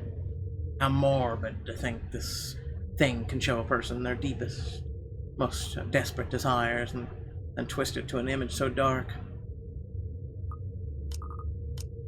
I'm just gonna save just in case. That's what I had seen all day. Though I heard Lorraine many times, I only seen her here within its frame. I wonder if people have discovered it before. How many were wasted away in front of it, enamored? How many were frightened away by what they saw? Yet, as I stand before it now, nothing. I can barely see my own reflection in the darkness. How does this even work? Mirror, mirror on the wall? Yep, that's what did it before. Something? Anything? Nothing. Touching the surface doesn't make it magically activate or anything like that. There is no sudden urge of power. I'm not suddenly granted sight. It stays what it is, a mirror. Was Lorraine's appearance in the mirror all sort of some fever dream? Am I really that burdened with guilt and despair that my mind would eat itself in my stress and have me hallucinate such things? Either way, just going here on some crazed obsession for a girl long gone must warrant me a trip to the doctor. Already I feel ill. After a few more minutes in the hopes of something that would change, I turn around to leave. I can just go back to the upstairs like nothing ever happened. I've stopped by the party for some hors d'oeuvres. My God, you people and those fucking appetizers. Then go home and collect myself. Besides, Miss Wright is expecting me and I'm going to leave me again then, are you? stop in my tracks, but I don't turn back. Much as it pains me, I don't look back. I'm just hearing her again, desperately delusional, and I look back to see nothing. I don't want to give myself false hope. But when I feel fingers around a wrist pull at me, I look back in shock. My first thought is, how in God's name is that possible? And the second is Lorraine.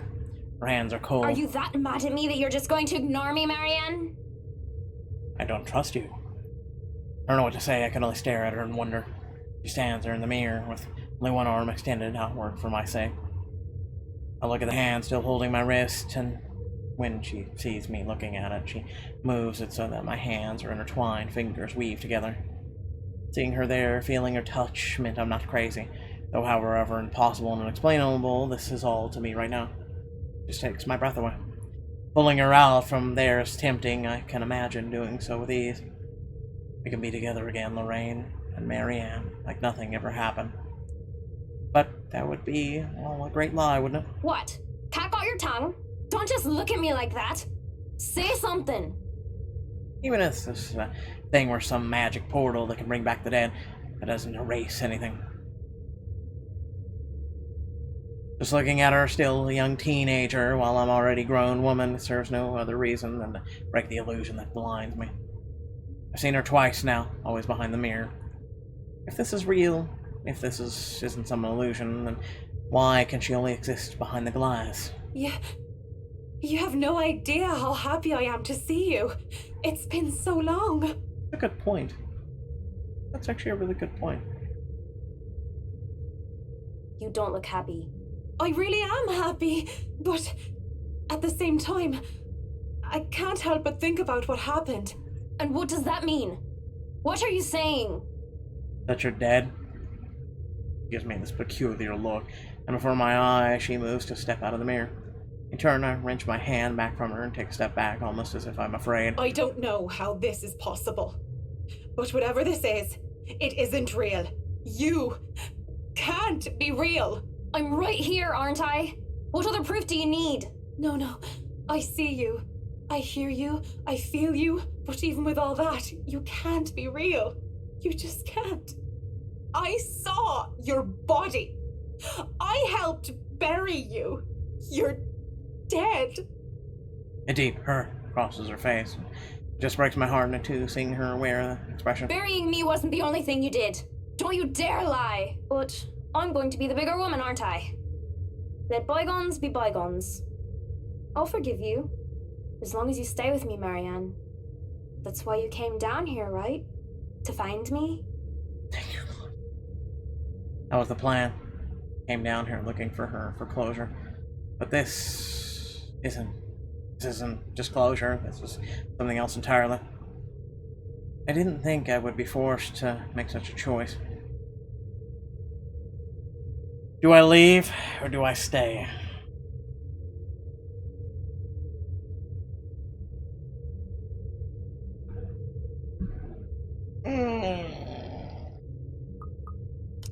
Don't mind me.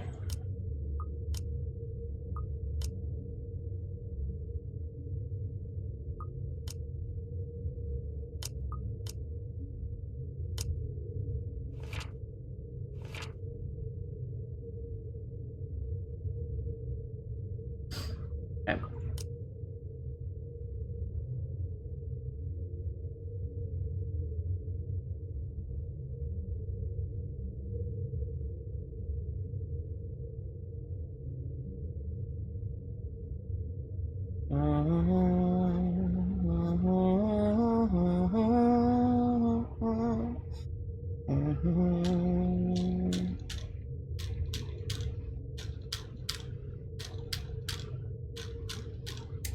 So, if you want to stay,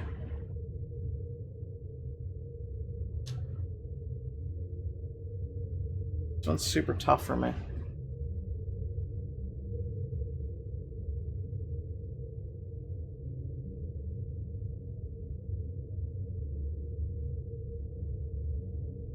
I need to move on. Closure. That's all I came here for. Whatever this is, it might as well just be the devil's trick. And I might as well make some use of it, right? I say nothing at first, for fear of angering whatever phantom this is. I take Lorraine's hand and bring it up to my lips, pressing a kiss to her knuckle. She takes it as some sort of invitation to pull me along, to step back into the mirror until only her arm is extended again. I should have been more honest back then, both to you and myself. I know it's too late. I'm sorry. But the thought of being with the dead did not agree with me. Not one bit. I can't stay with you. Goodbye, my first love. So what? You're going to leave me for some old trophy wife? I'm leaving you just to leave you. That's it, isn't it? You're going to leave poor Amy Lorraine and go after the next rich, pretty blonde that you see. This is a mistake. All these years, guilt has been my driving force. I felt so guilty for what I did, what I didn't do. She thinks she can guilt me into being complacent, but she realizes otherwise as I pull my hand from her. And going by the look of anger on her face, and anger that runs cold, she did not like the fact that I'm not the same or some puppet on a string. Had she chosen her words carefully, I would have accepted whatever punishment Lorraine chose to give me. Guilt had ran my life. It might have very well ended it, as I deserved it. But what I did to me. The blood in my hands is mine, not yours. Whoever or whatever the shadow is, my gut tells me she's not Lorraine. Yet I keep talking as if she is. I broke your heart, not your neck. Don't you dare deny it! It was your fault! Because I loved you more than I dared to admit? Yes, that was my fault. But I never meant to hurt you like that. Despite my words, no matter how sincere they are, she appears angry, enraged, in fact. It's been years since I last saw that face, and even now the memory of it still etched deeply into my mind. The hurt, the tears, the hate spilling from her eyes that day, the moment I rejected her. Rejected myself for who I am. And she definitely will hate what I'm about to do next. To my left, a wine rack. And from there I take a bottle and pray to all the saints I can remember. For all my sins, for every hurtful words I've uttered, for what I have driven her to do that day, what I forced her into. What are you doing? I do it without thinking twice. Quickly, before I can hesitate, I grab a bottle and send it straight towards the mirror. Charge of the bottle and the mirror are sent flying through everywhere as Lorraine's screams echo in the cellar. Bitter, searing, like every wounded accusation she hurled at me. They've never left me. I doubt they ever will. But with this, I can move away from her, live my life as I should, free from the burden. Her burden. Because Lorraine, I know, the real one, the person I loved, will never want me carrying this to my death. As the screaming dies down, I can't help but mutter weakly. It's done. It's done. Oh, Lorraine. Forgive me, Lorraine.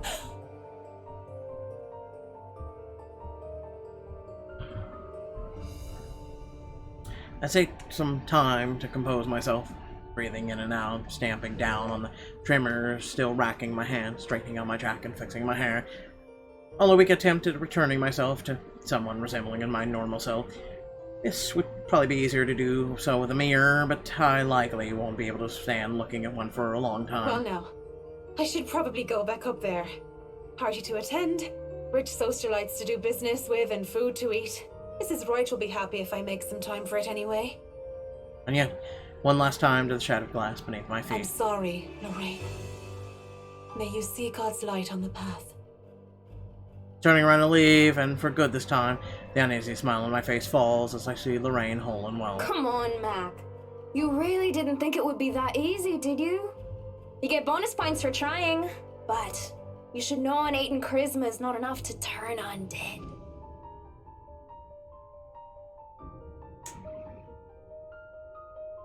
Well, shit. Advances towards me, backs me against the wall. I can't even reach for another wine bottle without putting myself within further reach of her. Despite my earlier bravado, I didn't think she'd be able to exist at all without the mirror. You blame me, though? It's not like I'm an expert on the supernatural. That's not... You shouldn't be... What? After the mirror?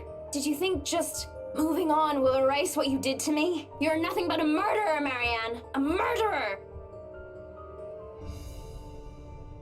You're probably the most flawed supernatural entity I've ever heard of. Stay back. You're not real. Leave me alone. Stop. I'm trying to move on with my life, so why won't you let me? Please. Just get out of my head and leave me be. I try to find an exit when there's a click. The next thing I know, I'm falling back into darkness. Well, I seem to be in a dungeon. I fall on my back and the door slams shut behind me. In a daze, I look around warily and find myself in another room entirely. On the other side of the wall, some sort of free secret passage, perhaps, an underground tunnel that has me wary and frightened. It also proves that the oddities in the mansion's floor plans are a lot more than just little discrepancies. I expect Lorraine to jump out at me from the darkness at any time. Breeze blows through the tunnel, has me relieved, though, at the idea that there is still a way to escape should that happen. That is way better than being trapped underground with only God knows what that was. Funny thought comes to mind as I start walking to where the exit might be. I think about how Miss Wright would be disappointed if I didn't show up to the party. Imagine how furious Mr. Wright would be for breaking one of his wine bottles. Even Johanna's reaction comes to mind. I don't really know with this guy. One thing's for sure is that I would be calling him Cam and Corona for a drink as soon as I get out of here. Shit. That noise has me wary. Ghastly thing, a corpse of a woman leans on the wall. Her arms and limbs, almost every inch of her lithe body is peppered with wounds and rotting flesh. And it is then that the putrid smell of blood and gore hits me, making it so that I don't even question how I missed it in the first place. How long has this been here? This is your first question out of your mouth. Oh, that smell. Oh, you're a nasty one, aren't you?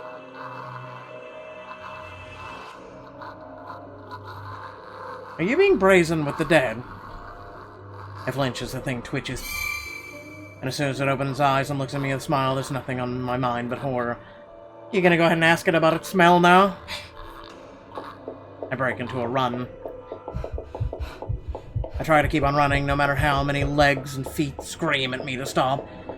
I keep going, even when I look back and see nothing of her anymore, because I can still hear the scampering of her feet, the words she tries to form with her bloodied mouth, and the painful sounds of bones grinding against each other. She moves closer and closer to me. How long are these damn tunnels? I was about to ask the same damn question. I mean, seriously, that's maybe 50 feet.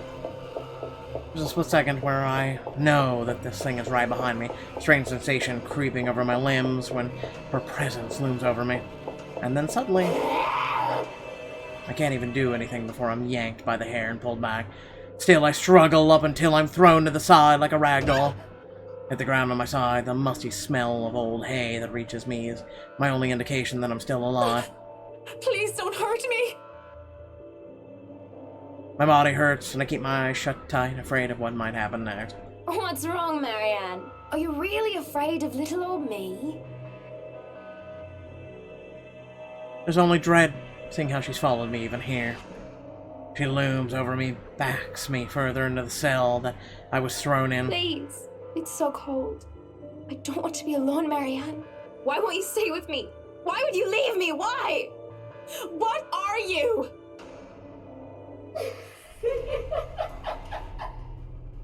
Lorian turns and shifts into the thing from before, and a video camera.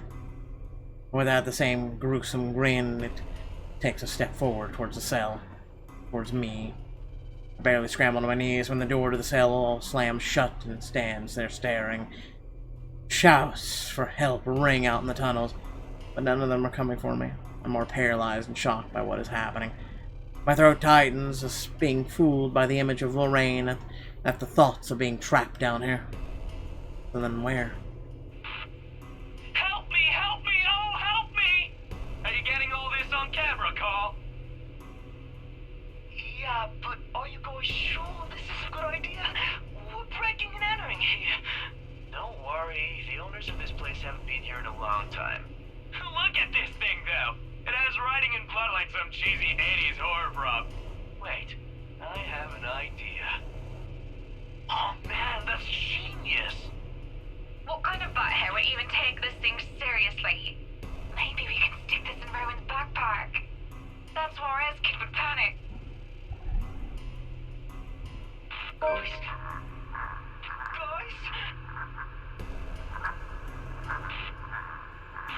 Butler's too old for that. What? Spit it out! Behind you! There in the corner of the cell, a digital camera comes flickering to life and a video is played back on the screen. It was hard to even consider paying attention or any attention to it when the life is on the line. But when the ghost doesn't move and the teenagers' mocking shouts of help me filled the cell, I just had to watch. And when I had seen students judging by their St. Goretti uniforms, they were holding That letter. a thing the woman she'd